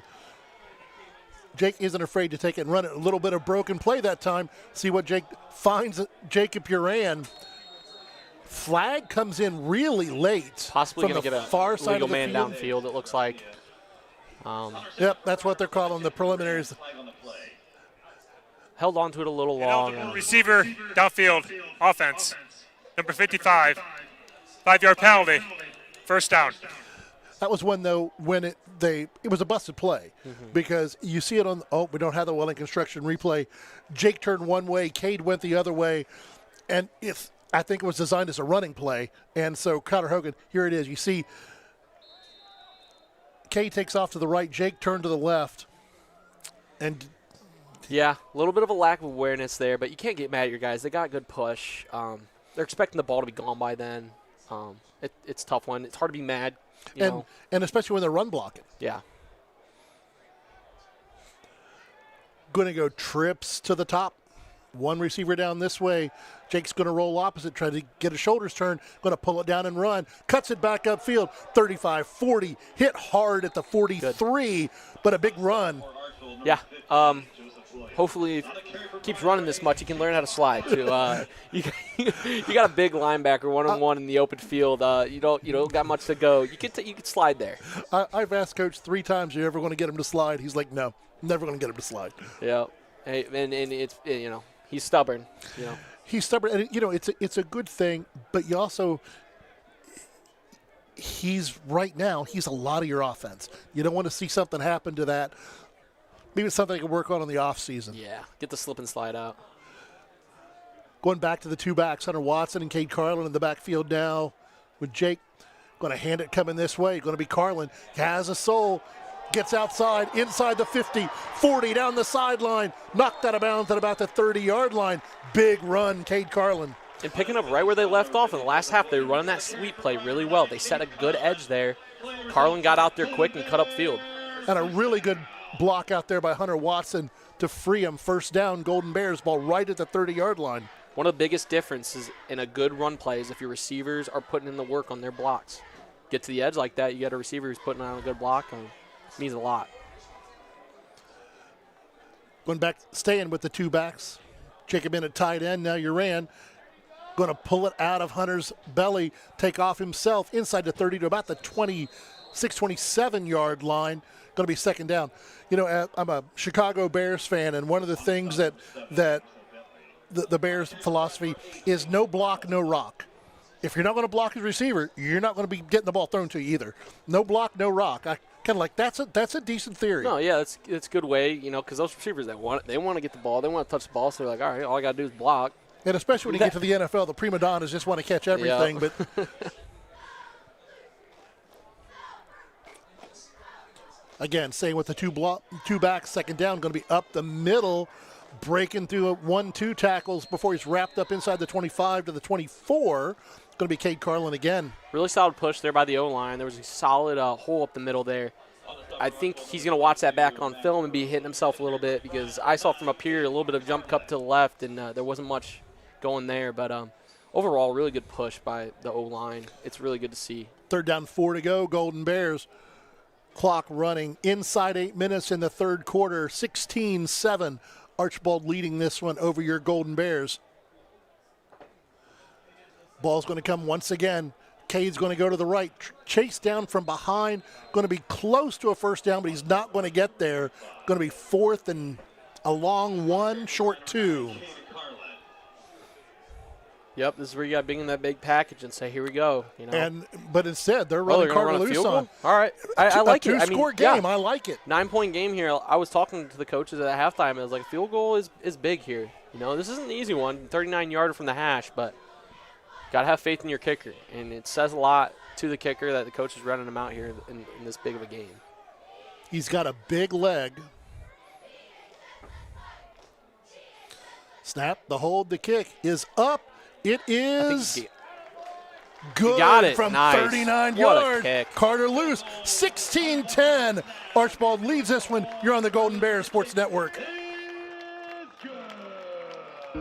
Discover great job skills training at Northwest State. With over 50 different programs available, there is something for everyone. Providing hands-on training and education is the community college advantage. Trust is built when we know someone has our back, on the field, in the stands, and in life. At Oberlin-Turnbull Funeral Home and Crematory, we're more than a service provider. We're neighbors and friends. For generations, families have trusted us to care for their loved ones with compassion and dignity. The Bryan Parks and Recreation. Big response by the Golden Bears that time, driving it down the field and overcoming an illegal man downfield penalty, so we got backed up one time. But nice, good running on the drive, and I believe that all of our plays were running plays. I know Jake tried to pass it a couple times, pulled it back down, but I think that was a full running drive. Yeah, really positive drive for the Bears. Yeah, they got points out of the half. They got it back to a one-score game, 6-point game. Defense is fresh, haven't been out in the field for a long time. Got a chance to get a stop here and really get this momentum of the game switched into Bryan's favor. You know, last week against Wauseon, we pulled out an onside. We were called offsides on the onsides. The boot, end over end, going to bounce. Skips away from the receiver, picked up at the 22, out to the 30, 35. Has a little bit of space down the sideline, pushed out of bounds. Going to be at the 45-yard line where the Bluestreaks will take over 1st and 10.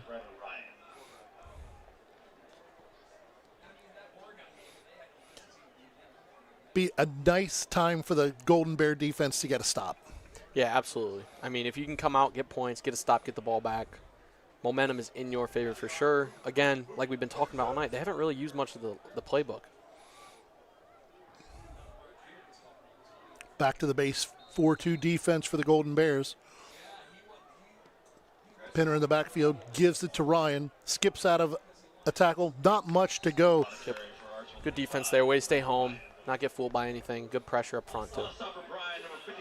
And for a guy who's averaging 9 yards on a carry on the season, and probably that or more in the first half, a 2-yard gain, that's a victory. Absolutely. Second and 8 for Archbold. Got to keep the linebackers riled up, come down, and make plays on the run. Clock running down to about the 6-minute mark, 16-10. Bluestreaks lead this one. Pinner back to pass again. finds a receiver, finds a hole in the zone, steps out of a tackle, and is going to take it all the way to the house. Yep, that's their big play big guy. Big play guy, Morgan Harris. If you look at this on the Welling Construction replay, that looks like the quarterback called that. They just looked at each other, saw what the defense was, found the hole in the zone. Wasn't going anywhere else there for sure.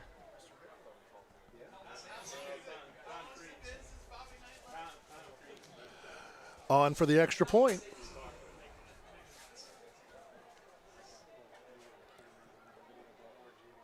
The snap, the hold, the kick. And that one is through the uprights. That's going to bring us to the 5:55 mark of the third quarter. Your score, Archbold 23, Bryan 10 on the Golden Bears Sports Network. The Bryan Parks and Recreation Department would like to wish the Bryan Golden Bears good luck in tonight's game. The Bryan Parks and Rec offers a wide variety of classes for you during the entire year and an array of sporting events all year long. Check out what the Bryan Parks and Recreations Department has going on at bryanparksandrec.com or like them on Facebook. The Bryan Parks and Rec hopes to see you in one of the many parks that Bryan has to offer and enjoy the facilities. Questions about the classes or rental of one of their facilities, call 633-6030.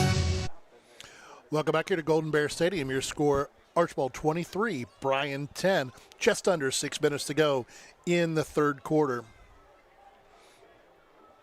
So as I had my ear to the ground and talking to other folks this week, nobody in the region expected this. I was told a number of times, so you think we'll be running clock in the second half? Think we'll be running clock in the second half? I had people from Archbold telling me that they weren't going to play their starters. They're going to rest them for LC. And, you know, you hate to hear that, you know. And, you know, it's one of the things that we've been punched in the mouth, and we have punched back over everybody's head, into the end zone, out of the end zone. Bryan will take over at the 20. Yeah, I mean, it's definitely played advantage here for the Bears. Bryan comes out. They'll take the ball at the 20.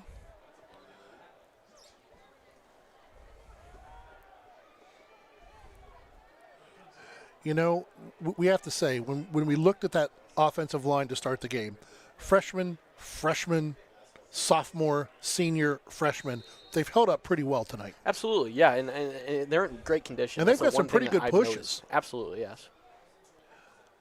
There'll be delayed handoff to Cade. Breaks down that time. He's trapped in the backfield. Little slow developing. Yeah, they got a lot of penetration coming there to the left. Looks like Jacob Raren is down on the field.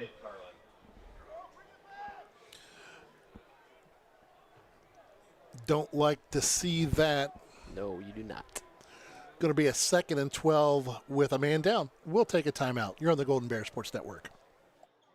Recreation Department would like to wish the Bryan Golden Bears good luck in tonight's game. The Bryan Parks and Rec offers a wide variety of classes for you during the entire year and an array of sporting events all year long. Check out what the Bryan Parks and Recreations Department has going on at bryanparksandrec.com or like them on Facebook. The Bryan Parks and Rec hopes to see you in one of the many parks that Bryan has to offer and enjoy the facilities. Questions about the classes or rental of one of their facilities, call 633-6030. Welcome back here to Golden Bear Stadium.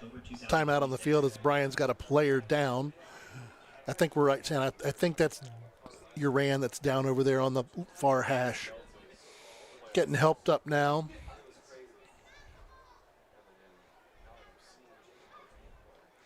Got his helmet off. Getting a little bit of help getting up. You know, it's one of the things you worry about is concussion protocol when they get their helmet off and look like they're a little woozy out there.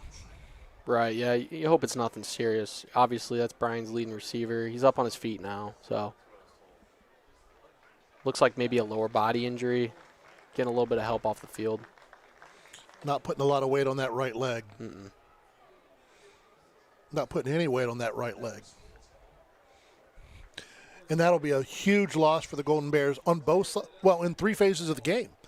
You know, it's your punter, your defensive end, and your H-back leading receiver tight end. Believe that'll put Longoria in number 10. We'll take that H-back position. And one of the things that coaches said to us in the coaches show and even off, the toughest position in his offense is H-back because you've got a crack down on a big defensive end and run pass patterns. So there's a lot asked of you. Yeah, I spent my sophomore year in that position, and I definitely know plenty of crack-back blocks, setting the edge. It's a big position in the offense. Jake back to pass, looking downfield, throws it downfield, complete to Hunter Watson. Ball comes out.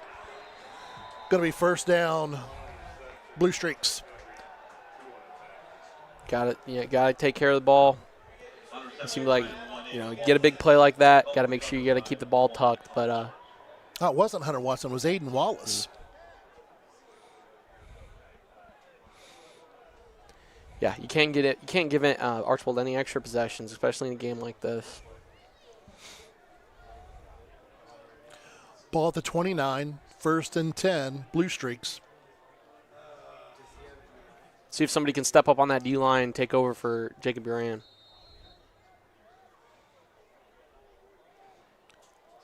Going to be a direct snap to Rufinek. He's going to get to the outside. Good tackle by Weber there. Little bit of rough play downfield after the play. They threw it on us, but they don't throw it on them. The fans are letting them know. Yeah, I mean, hey, that's a league rivalry right there. You love to see that kind of things. I mean, it's competitive out there. My only thing is the refs are human, and I don't blame them for missing a call every now and then. But what you ask for is consistency. Yep. And you called it on Connor Hogan. I'm not sure how that's not the same thing. Right. Going to go the heavy package for the Bluestreaks. Going to run it up the middle with Ryan, wrapped up, brought down. Going to be close to a first down. I believe it will be a first down right at the 29. We're going to call him short. Yeah, just short. They're going to have 3rd and short here. Go a little bit heavier here. Expect a run. Logan Carter on the stop for the Golden Bears. Looks like maybe the Bears are even jumping into a 5 front here. Looks like a 5 front for Bryan. I like this. I mean, they're substituting based on, situation. Smart. Staying in the shotgun, running that orbit motion. Ryan's going to take it to the right. Going to be enough for the first down. Going to take it to the 16.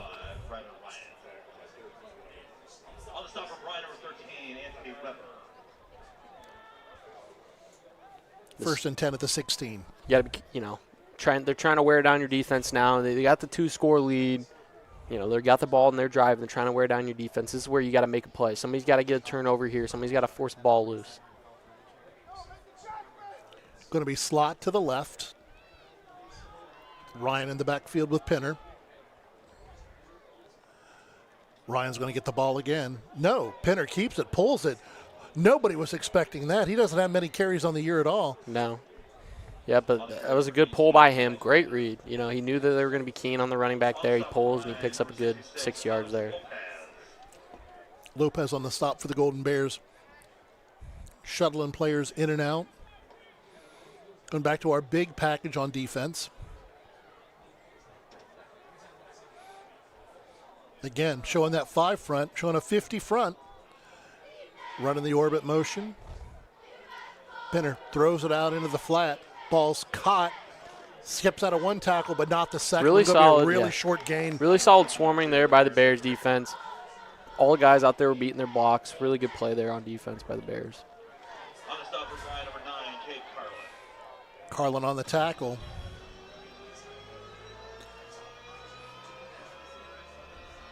Bring up a big 3rd and 4.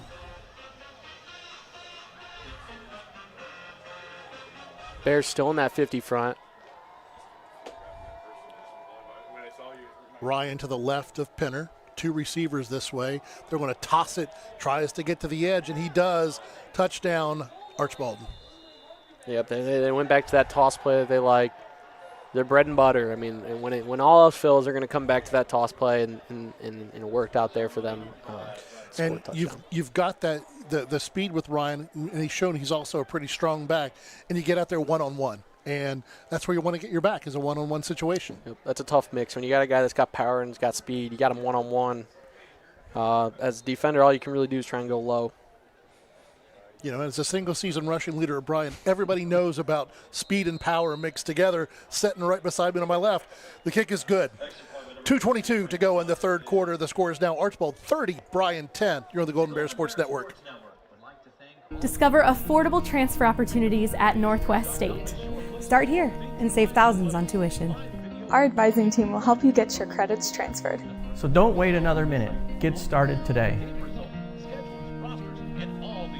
Trust is built when we know someone has our back, on the field, in the stands, and in life. At Oberlin-Turnbull Funeral Home and Crematory, we're more than a service provider. We're neighbors and friends. For generations, families have trusted us to care for their loved ones with compassion and dignity. Welcome back here to Golden Bear Stadium.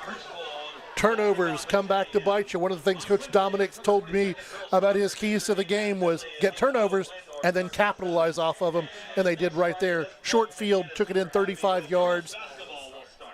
Yeah, a game against a good team like this, the one thing you can't do is make mistakes that are going to hurt yourself. You can't hurt yourself against a good team if you want to find a way to beat a good team like this. I mean, unfortunately, a couple turnovers in times where you're driving the football, it's going to come back to bite Bryan in the butt.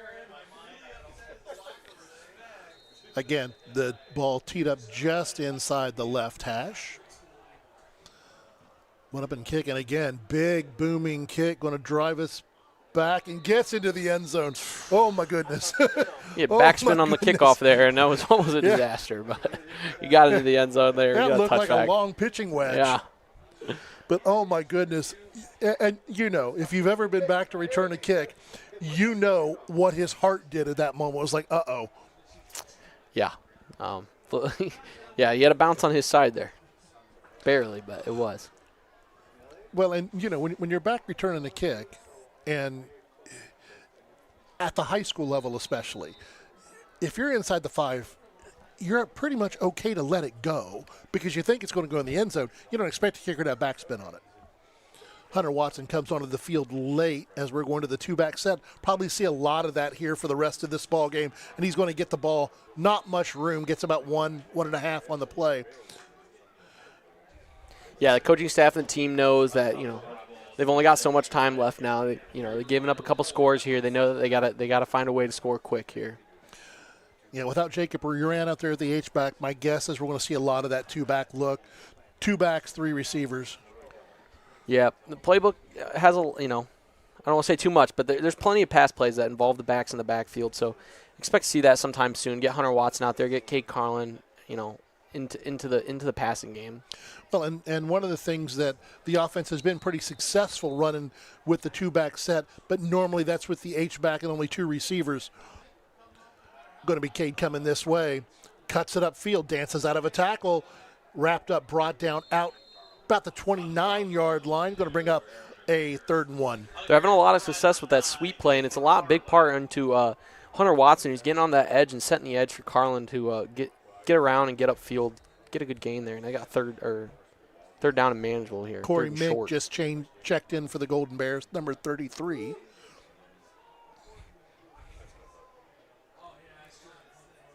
This feels like a must convert at this point of the game. 3rd and 1. Slot to the left. And Archbold almost jumped again. Going to be a big power to get the first down. Yeah, good push up front. Kept his head down. He knew what he needed to get, and he got it.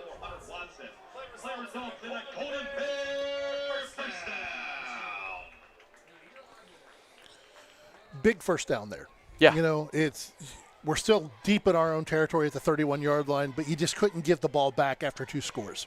Yeah, offense having success moving the ball. They have the last few drives. They just got to make sure that they take care of it now. Again, Watson and Carlin flank Arnold. Slot to the left. Jake going to pull it. Takes off down the field. Going to be to about the 32-yard line. Going to be a gain of about 1. Save the sack. Yeah, making something out of nothing there. He didn't have much. Took the yard, made a business decision, got out of bounds. And, you know, we talked about Pitter making the good decision a couple times in the first half of rolling out and just throwing it away. You know, Jake's a different type of player. He's probably not going to throw it away like that. If he's got a chance to get back to the line of scrimmage and do something with his legs, Jake's going to take that every time. Yeah, it's amazing to see that out of a freshman, that he's so comfortable playing in this game to make decisions like that on such quick notice. Going to be pull it, fake handoff. Going to get back to the line of scrimmage, maybe a half yard. Going to bring up 3rd and long. And again, we get ourselves behind schedule. Clock inside, 30 seconds to go in the 3rd quarter. 30-10. Archbold leading this one. This is where you kind of got to dig into the playbook right here. If they decide to run a play. They're not. Yeah, it looks like they're going to take it to the Coach is just looking at the clock. Jake's looking at the clock. We're going to take it to the end of the quarter. And, shorten the game. Yeah, and they know this is a big play, too. They know that they got to have their best stuff right here. They got to find a way to convert this. So I don't mind taking this quarter, talking it over a little bit. And that's going to bring us to the end of the 3rd. Your score at the end of 3, Archbold 30, Bryan 10 on the Golden Bears Sports Network. Here in Williams County, we believe that no veteran should feel forgotten. Our Veteran Service Office is here to serve, helping with VA claims, pensions, healthcare enrollment, and so much more. We're veterans serving veterans with dignity, honor, and respect. Reach out to us today to see how we can help, because the only veteran we can assist is the one that doesn't contact us.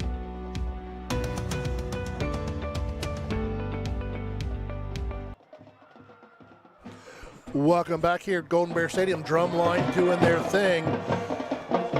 Bring up a big 3rd down for Bryan. 3rd and 9 from their own 31-yard line. Going to be 32 officially. Yeah, this is where you got to dig deep. Can't quit. 12 minutes left. You never know. You can score one quick and you get a stop, and you never know. So they just got to find something here. Dig into the playbook, find something that's going to work, something for 3rd and long here. Need to convert. Got a chance to talk about it at the break, so hopefully they can. Well, we know a couple years ago, the play that would have been called would be the throwback screen. Yeah. We'd have Jace rolling one way, back to you the other side. We'll see if we pull it out this time. Maybe. I mean, we're back to one back. Going with trips to the short side.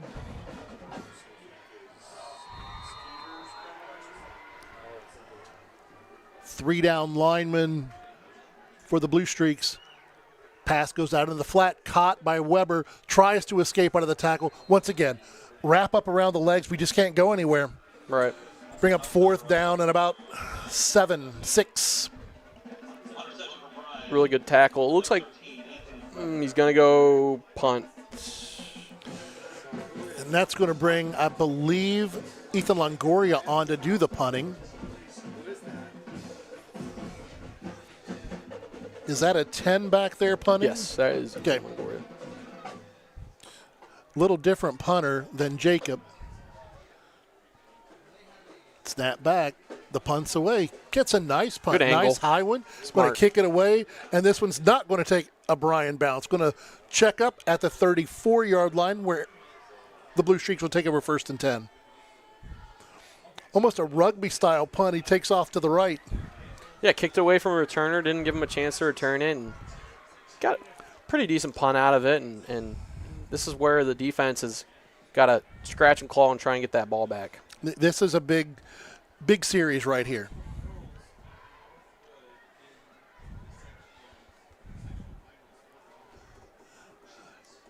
Golden Bears coming out in their 42 set.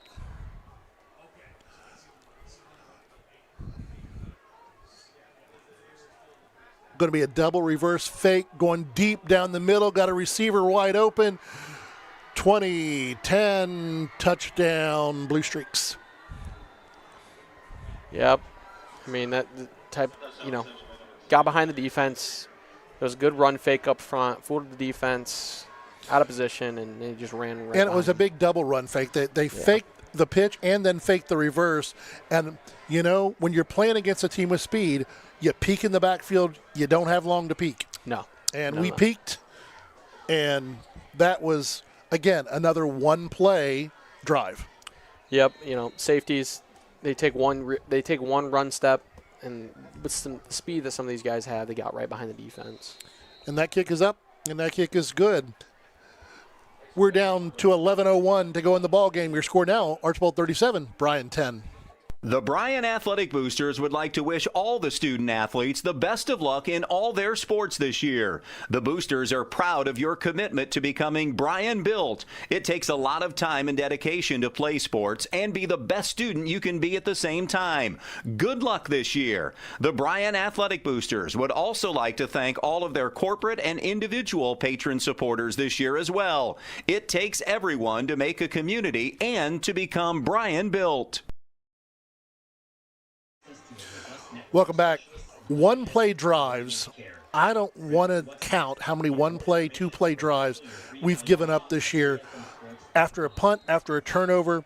And, you come out, you've got your punter out of the game on the sideline, out of his jersey now. So we know he's done for the night as they're preparing crutches for him now.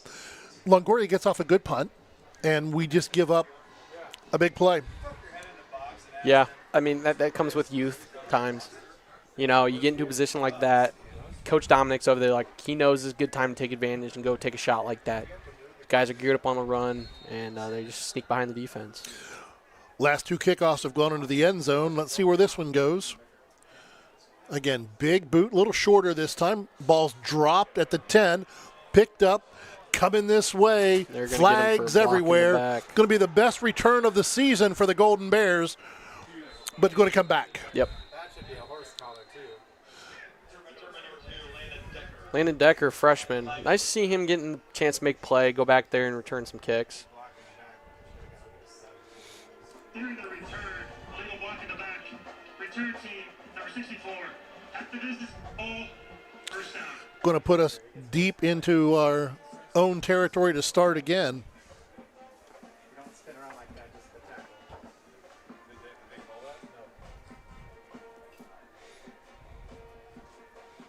So a change on the scorecard. Landon Decker is now number 2 and not number 17. Griff Fowler is 27, not number 5. And we got the story why Griff had to change numbers. When we ordered the jerseys, the coaching staff thought, we'll have one of our defensive linemen. We'll want a single-digit number since it's allowed now. That's a defensive tackle's jersey he was wearing as number 5. Yeah, that's. And he says, if I want to run the ball, I don't want to be wearing that jersey. You don't want any extra fabric. And said, you're wearing the game jerseys to school. It looks like a dress. Going to be a delayed handoff, another miscommunication back there. Going to be a loss on the play down to back to the 4. It's really important just to keep the guys in it. Don't let them quit now. You played a lot of good football tonight, and last 10 or so minutes haven't gone your way, but you just can't quit. You got to keep going. There's always things to improve on. There's always things to come out of the game and say, look back on it. Hey, they went down and they scored one play, but then we came back and we drove down the field. Just got to keep the guys in it right now. Again, split backs behind. Jake going to hand it up the middle again. Read and run all the way. Yep. Guards pulling. Guys are shooting gaps. They know what's coming. So 3rd down and 13.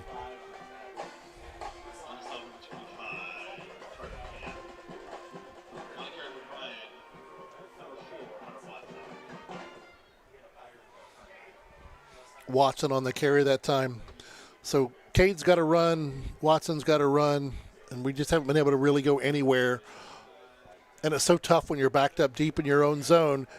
Coaches kind of pin back their ears and come looking for the run. Jake hands it to the right, going to get out to the 5. It's going to be Watson again. Going to bring up 4th and 11 and a half, 4th and 12. Yeah, looking like he was just trying to get some room to get the ball off here.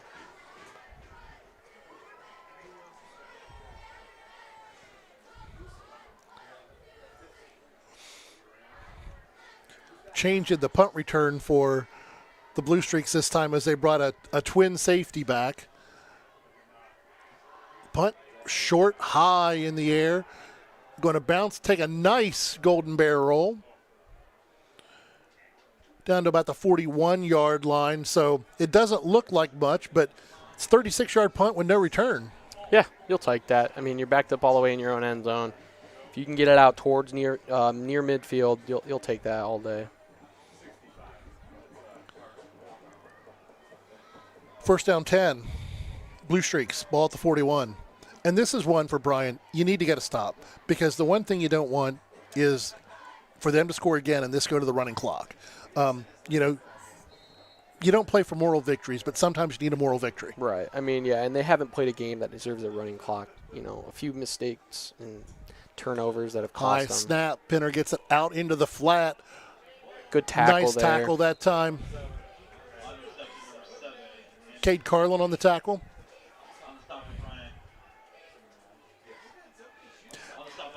Cade's had a really good game except for the one fumble. Yeah, no, he showed a lot of heart out there. He's been in full gear all night. That's all you can ask for out of your seniors. He's leaving it out on the field, that's for sure. Second down, 11 to go.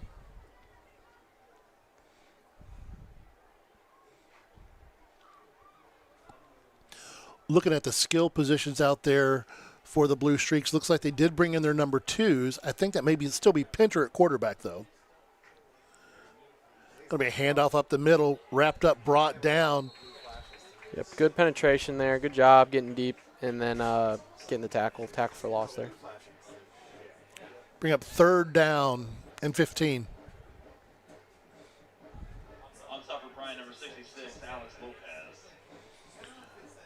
So looking at the defense out there right now for Bryan, Warren Grant was in for that one. Seeing lots of freshmen, lots of sophomores out there. Snap comes back. Pinner looks to throw. Throws downfield. Has a receiver. Going to be inside the 30 to about the 27. First down. Yeah, playing a loose coverage there. The cornerback lined up over top, kind of bailed out, and the safety didn't come down, so they had to hit that window really nicely there. Archbold did.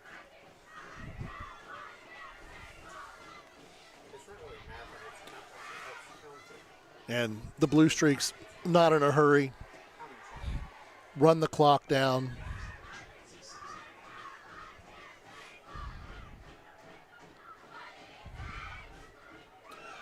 Twins to the left. Pinner stands behind center. He's going to take it himself. Oh, that's Rufinek that came in. Yeah, it looks like they went to swap their quarterback here, and maybe they're running through back a little bit, back and forth now. Well, one of the things, Rufinek's always been the running quarterback, and we have stopped him really well because he ate us up last year. He would come in and we're looking for Pinner back there dropping back, and suddenly Rufinek's 30 yards downfield.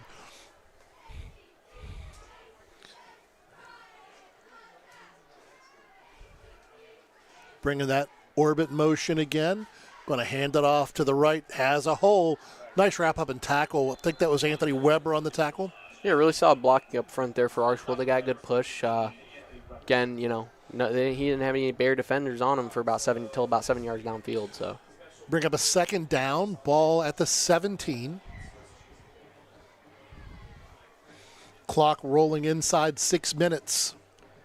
This is where you're going to see who's got fight and who's just going to lay down here. Bryan back in that 50 front. Rufinek's going to take it and keep it himself over the right-hand side. Cuts back, wrapped up, drugged down at about the 10. Haven't seen the 50 front a lot for the Golden Bears this year. We've seen it quite a bit tonight. Yeah, it seems like they're going a little bit with situational substitutions, and they're recognizing when they've got running threat in, they're going to go to the 50 front. See, now they're going back. They're bringing Pinter back out, so maybe they'll switch the front, maybe not. I don't know. Looks like they're going to stay in it. Trips to the left. H-back to the right. Ball's on the ground, and he's down. He picked it up with his knee on the ground. Yeah. Can't get back up. This is the NFL. You can do that when you're a holder, but you can't do that as a quarterback. Nope. Back to the 16, going to make it 3rd and 9.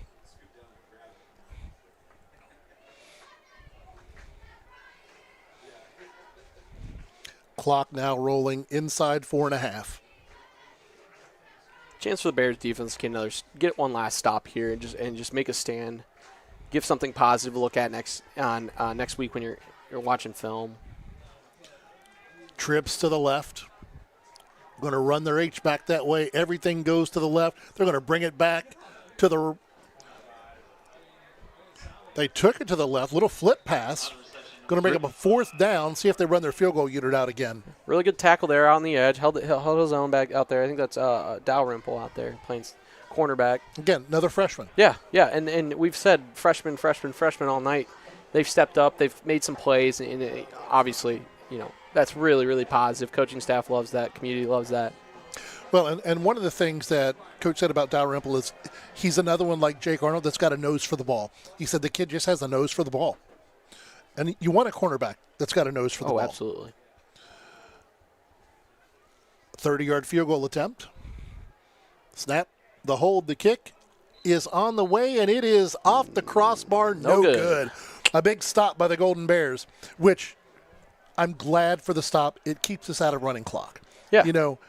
It's you keep it within the 30 points. We have a chance to go down and at least make something happen and get to truly run our 4-minute offense. Yeah, I mean, at the end of the day, that was a positive stop there. You got them in the red zone. You held strong, made some plays on the run, made some plays in the pass. And again, you got underclassmen, you got freshmen making these plays. It's really positive. You're going to look at that tomorrow morning on film and be happy about it. Trips to the left, one back to the right. Carlin in the backfield. Arnold back to pass, looks downfield, pocket collapse, throws it out into the flat, has a receiver. Is it Wallace on the catch? Yep, took the check down there. Yeah, I mean, there wasn't much. It was a smart decision. Wallace, catch the ball, just get upfield, get what you can there. Not much there. You lose one on the play, but it's better than a 5-yard sack. Yeah. 2nd down, 11 to go for the Golden Bears. Running slots each side. Carlin in the backfield with Arnold. Jake back to pass. Looks downfield. Throws deep over everybody. Had a step there. I mean, it was a good look. Just out of the reach there. But that was Rhett McGill. Yeah. And one of the things that we heard about Rhett when he stepped away from quarterback and became a receiver, he's not the fastest guy, but he runs great routes. And, a bunch of guys made a bunch of money in the NFL playing for Bill Belichick not being that fast and run great routes. Oh, it is the most important part of being a receiver. Speed definitely helps, but if you can run a clean route, you're still going to get separation. And right there, he got good separation. Ball was just out of reach, though. 3rd down, 11 to go. Arnold back to pass. Pressure comes. Steps up in the pocket. Is going to take off. Going to be drugged down. No, escapes one. Gets out to the 25, where it's going to bring up a 4th down and 5. Yeah, really good fight there. I mean, you love to see it. He's leaving it out there. He knows that he's playing with these seniors. He's giving them all that he's got, and you can't really ask a whole lot more. So our main stops on Northwest Ohio's scoreboard as we are going to be inside 2 minutes, 30-10. Bluestreaks leading this one. Longoria's punt straight up in the air. See if we get another good bounce. This one doesn't take a good bounce. Going to be to about the 42,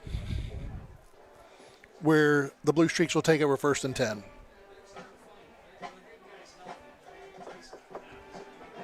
Yeah, another chance to see some other guys on defense, mix some guys in there, and try and get another stop when they're in plus territory.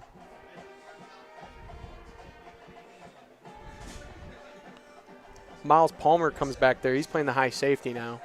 Number 3 back there. Another underclassman. He's a sophomore. Yeah. Young defense out there now.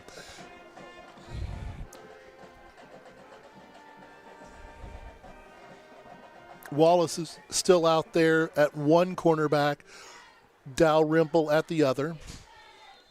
And we got a timeout. Timeout called by the Bluestreaks right at 2 minutes to go. We'll take one with them. You're on the Golden Bear Sports Network. Discover great job skills training at Northwest State. With over 50 different programs available, there is something for everyone. Providing hands-on training and education is the community college advantage. This community is more than a place. It's where we celebrate victories and where we lean on one another in times of loss. At Oberlin-Turnbull Funeral Home and Crematory, we're proud to be rooted here, serving with care and compassion when it matters most. Oberlin-Turnbull Funeral Home and Crematory, family owned, family focused. Got a couple of finals coming back from around the league. Liberty Center, Oliver Wasion 56-0. That one's gone final. PH beat Swanton 47-0. And our opponent next week, Delta, leading Evergreen 28-6. Going to be a handoff up the middle. Nowhere to go, brought down, no gain. Bears are staying in that 5 front, and they're doing well against the run right now. It's a positive thing to see.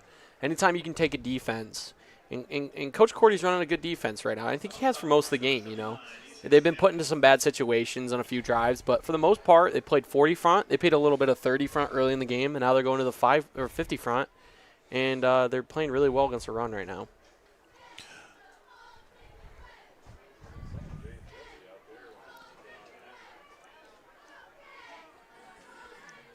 One trips to the left, heavy formation, pitch to the left, back out to the 40, going to come back. Flags come in. That's a hold, I believe. Brexton Grime should be coming back. Brexton Grime in at quarterback for the Bluestreaks. Offense, number 56, 10-yard penalty. Second down. Moving back 10 yards, going to bring up 2nd and 20. Ball back in Bryan territory at the 47. Yeah, got him behind the sticks now. This is when you can ease up on a little bit on coverage and expect probably they're going to try and get some back here. Slot to the left. One receiver out on an island to the right, far out, almost to the numbers. Snap comes back. Little play action. Pass is complete. Going to be back inside Bryan territory about the 45, 44-yard line. Yep, quick high percentage play there. Yeah, they got it out quick. Got a good gain. Now they got, 3rd and long, but it was a lot better than 3rd and 20. Yeah, 3rd and 12 now. And let's see if they've got to run a play. Not enough time between the play clock and like the game clock, but they're going to go to the victory formation. Run the victory formation twice and go home. Snap, going to be down at the 49, and they don't have to snap it again. That was it. We had a whale of a game for the first half. I thought the first half for Bryan was the best half they've played all season long. Couple mistakes in the second half, our key injury, and things kind of started to roll downhill. Let's send it away for a break, and we'll come right back, and we'll wrap things up here on the Golden Bears Sports Network. The Bryan Parks and Recreation Department would like to wish the Bryan Golden Bears good luck in tonight's game. The Bryan Parks and Rec offers a wide variety of classes for you during the entire year and an array of sporting events all year long. Check out what the Bryan Parks and Recreations Department has going on at bryanparksandrec.com or like them on Facebook. The Bryan Parks and Rec hopes to see you in one of the many parks that Bryan has to offer and enjoy the facilities. Questions about the classes or rental of one of their facilities, call 633-6030. Here in Williams County, we believe that no veteran should feel forgotten. Our Veteran Service Office is here to serve, helping with VA claims, pensions, healthcare enrollment, and so much more. We're veterans serving veterans with dignity, honor, and respect. Reach out to us today to see how we can help, because the only veteran we can assist is the one that doesn't contact us.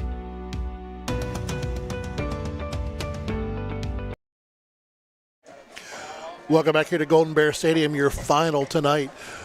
Archbold 37, Bryan 10. Help the Golden Bear Sports Network by becoming a sponsor of Bryan Athletics and grow your business. You can become a GBSN sponsor for packages available starting at $30 a game. To become a sponsor, email Chris at cbalanga@bryanschools.net or call 419-633-6235. All right, Sam, you played for Coach for a while. You know what his mindset is. You know what his brain is.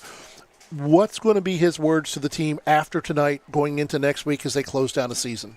It's going to be a lot about some of the mistakes they made. And, with a young team like this, that's going to happen.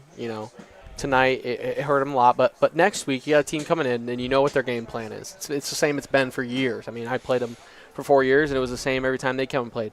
They're going to shorten the game and they're going to run it every down. Power run, power run, power run, power run. But I think a positive that we saw towards the end, and maybe this was more of a game planning for next week. They ran that 50 front and they ran it against the run and they put some meat in there and it worked out really well for them. So I think next year or next week against Delta, going to that 50 front a lot, playing the run, they're going to come downhill. They're going to try and just shove the ball down your throat the whole game. But having that defense and the variety of defense is going to be really key for Bryan next week. And then on the offensive side of the ball, right now, I think there was a lot of positives in today. I know they only put 10 points up on the board, but they were driving the ball a whole lot. A few mistakes cost them some drives where they were moving the ball really well. They were throwing the ball around the field. I think they can still take more advantage of some one-on-one matchups with some of their guys. Hopefully Jacob's okay. I hope they can get him back next week. A senior. It's going to be his last game. You really hope that he can. He's only a junior. He's a junior. He's a Sorry. junior. You're So right. we got You're right. one He more is a year. junior. Yeah, he's a junior. Absolutely right. He is a junior. But, obviously you want to see him healthy. He's a big part of the team. But senior's last game next week. You got to get the whole team surrounded around them, playing for them. That 50 front on defense is going to be huge.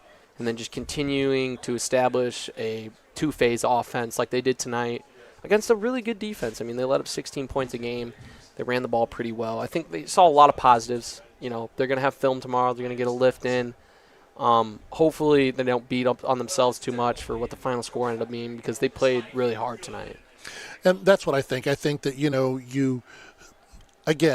they call it the middle eight. The last 4 minutes of the second quarter, the first 4 minutes of the third quarter, and in that middle eight, given the fumble down, taking 7 off the board for us, we stopped them so they only got 3, but that's a 10-point swing. So instead of a 14-13 game going to half, it's a 16-10 game. So, that changes all the mentality. To go in at halftime with a lead, not only would it have put us in a really good spot, you would have been in their heads. Oh, absolutely. It would have been in their heads. I think they still were, and they came out of the half and went down and got some points. And I think at that point, Bryan definitely had the momentum. They got it to a one-score game. And then what we talked about, those one-play, two-play drives. Turnovers and then a one- or two-play drive. Yeah. And it hurt us tonight, as it's hurt us quite a bit during the year. And, and again, you said it best. When you got young players on the back end, that when they start putting a bunch of eye candy out there, you look into the backfield for 1 second too long, and you got a guy behind you. And with a quarterback and receiving crew like this team has, once it gets behind you, they're not going to miss them very often. No, and again, Delta's playing for a lot next week. They still have a chance to make the playoffs, and again, another chance to spoil a team's parade, and hopefully they can, find a way to come with as much juice as they did in the first half tonight against Delta, and leave it out there for their seniors and on that field. And it is, everybody who's ever played the game knows what it feels like to take the pads off for the last time, and I think everybody who's ever played the game was thankful that they had players playing for them when they were seniors, and they played hard for their seniors on their last game because they knew it was their last game. Absolutely. That's something you always remember. I mean, the last game of every year, you expect the whole team to play hard for those guys that have put in 4 years. They put in the early morning, the conditioning, the two-a-days, the stuff that these guys go through and these coaches go through. Everybody puts it all out there for those guys that are playing their last game. And it's something that you remember. I feel like, I always remembered, sending off my seniors, and then all of a sudden it was me, and I really did feel that connection to my team. I'm really grateful. I felt like, we went out there in my playoff game my senior year, and we fought really hard against a really, really good team. And I think that's all you can really ask. And and that it's a positive experience at the end of the day. One of the most wild games I've ever called. I mean, I've broadcast a lot of high school basketball games that did not have the score of your final game, my friend. We're going to send it away for one more break. We'll come back here to wrap it up on the Golden Bear Sports Network. Discover affordable transfer opportunities at Northwest State. Start here and save thousands on tuition. Our advising team will help you get your credits transferred. So don't wait another minute. Get started today.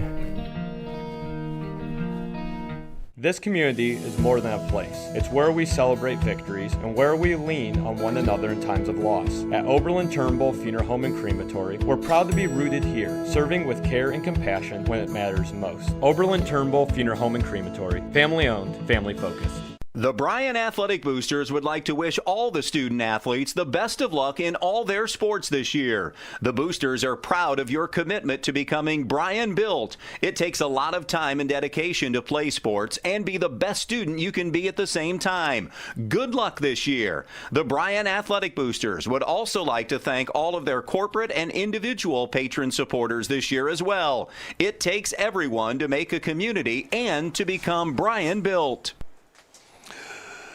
Today's game has been brought to you by the Bryan Athletic Boosters, Bryan Parks and Rec, Northwest State Community College, Oberlin-Turnbull Funeral Home and Crematory, Veteran Services of Williams County, Andres O'Neill and Lowe, Baldy's Furniture, Stark's Plumbing and Heating, and the Thiel Supply Center. Next game for the BGSN is Wednesday night as the Lady Bear Soccer heads to Findlay to face Ottawa Glandorf in the district semifinal. That game will be brought to you on bryansports.com. Next football broadcast next Friday night here from Golden Bear Stadium as Delta comes to town. Trying to give one last update. The score had not gone final yet. Delta still 28, Evergreen 6. Thanks to our crew. Eric Herman, our director. John Dalrymple doing replay. Wesley Lupo, our robo-operator. Trinity Sampson and Jackson Vashaw on camera. And Rick Armentrout at WQCT. And a special thanks to the guy next to me, Sam Herold, coming back from college to help broadcast the game. Dude, anytime you want to come back, you're welcome to come back. Yeah, it was great. I'm so glad I got to be a part of the game day experience again and come back to this field and see where a lot of really awesome memories were made and will continue to be made, I'm sure. And you got to pull back the curtain a little bit and see behind the scenes when things weren't working right to start things out. So a huge thanks to our crew, Eric and Chris especially, getting things put back together here during our pregame show. This student broadcast is produced by the Golden Bear Sports Network for the private use of our audience. Any duplication or other use of this broadcast, including the descriptions or accounts of this game without the express written consent of Bryan City School District, is prohibited. One final time for all of us at the Golden Bear Sports Network. With Sam Herold, I'm Dave Brobston. Your final score again, Archbold 37, Bryan 10. Have a great weekend, everybody. Stay safe.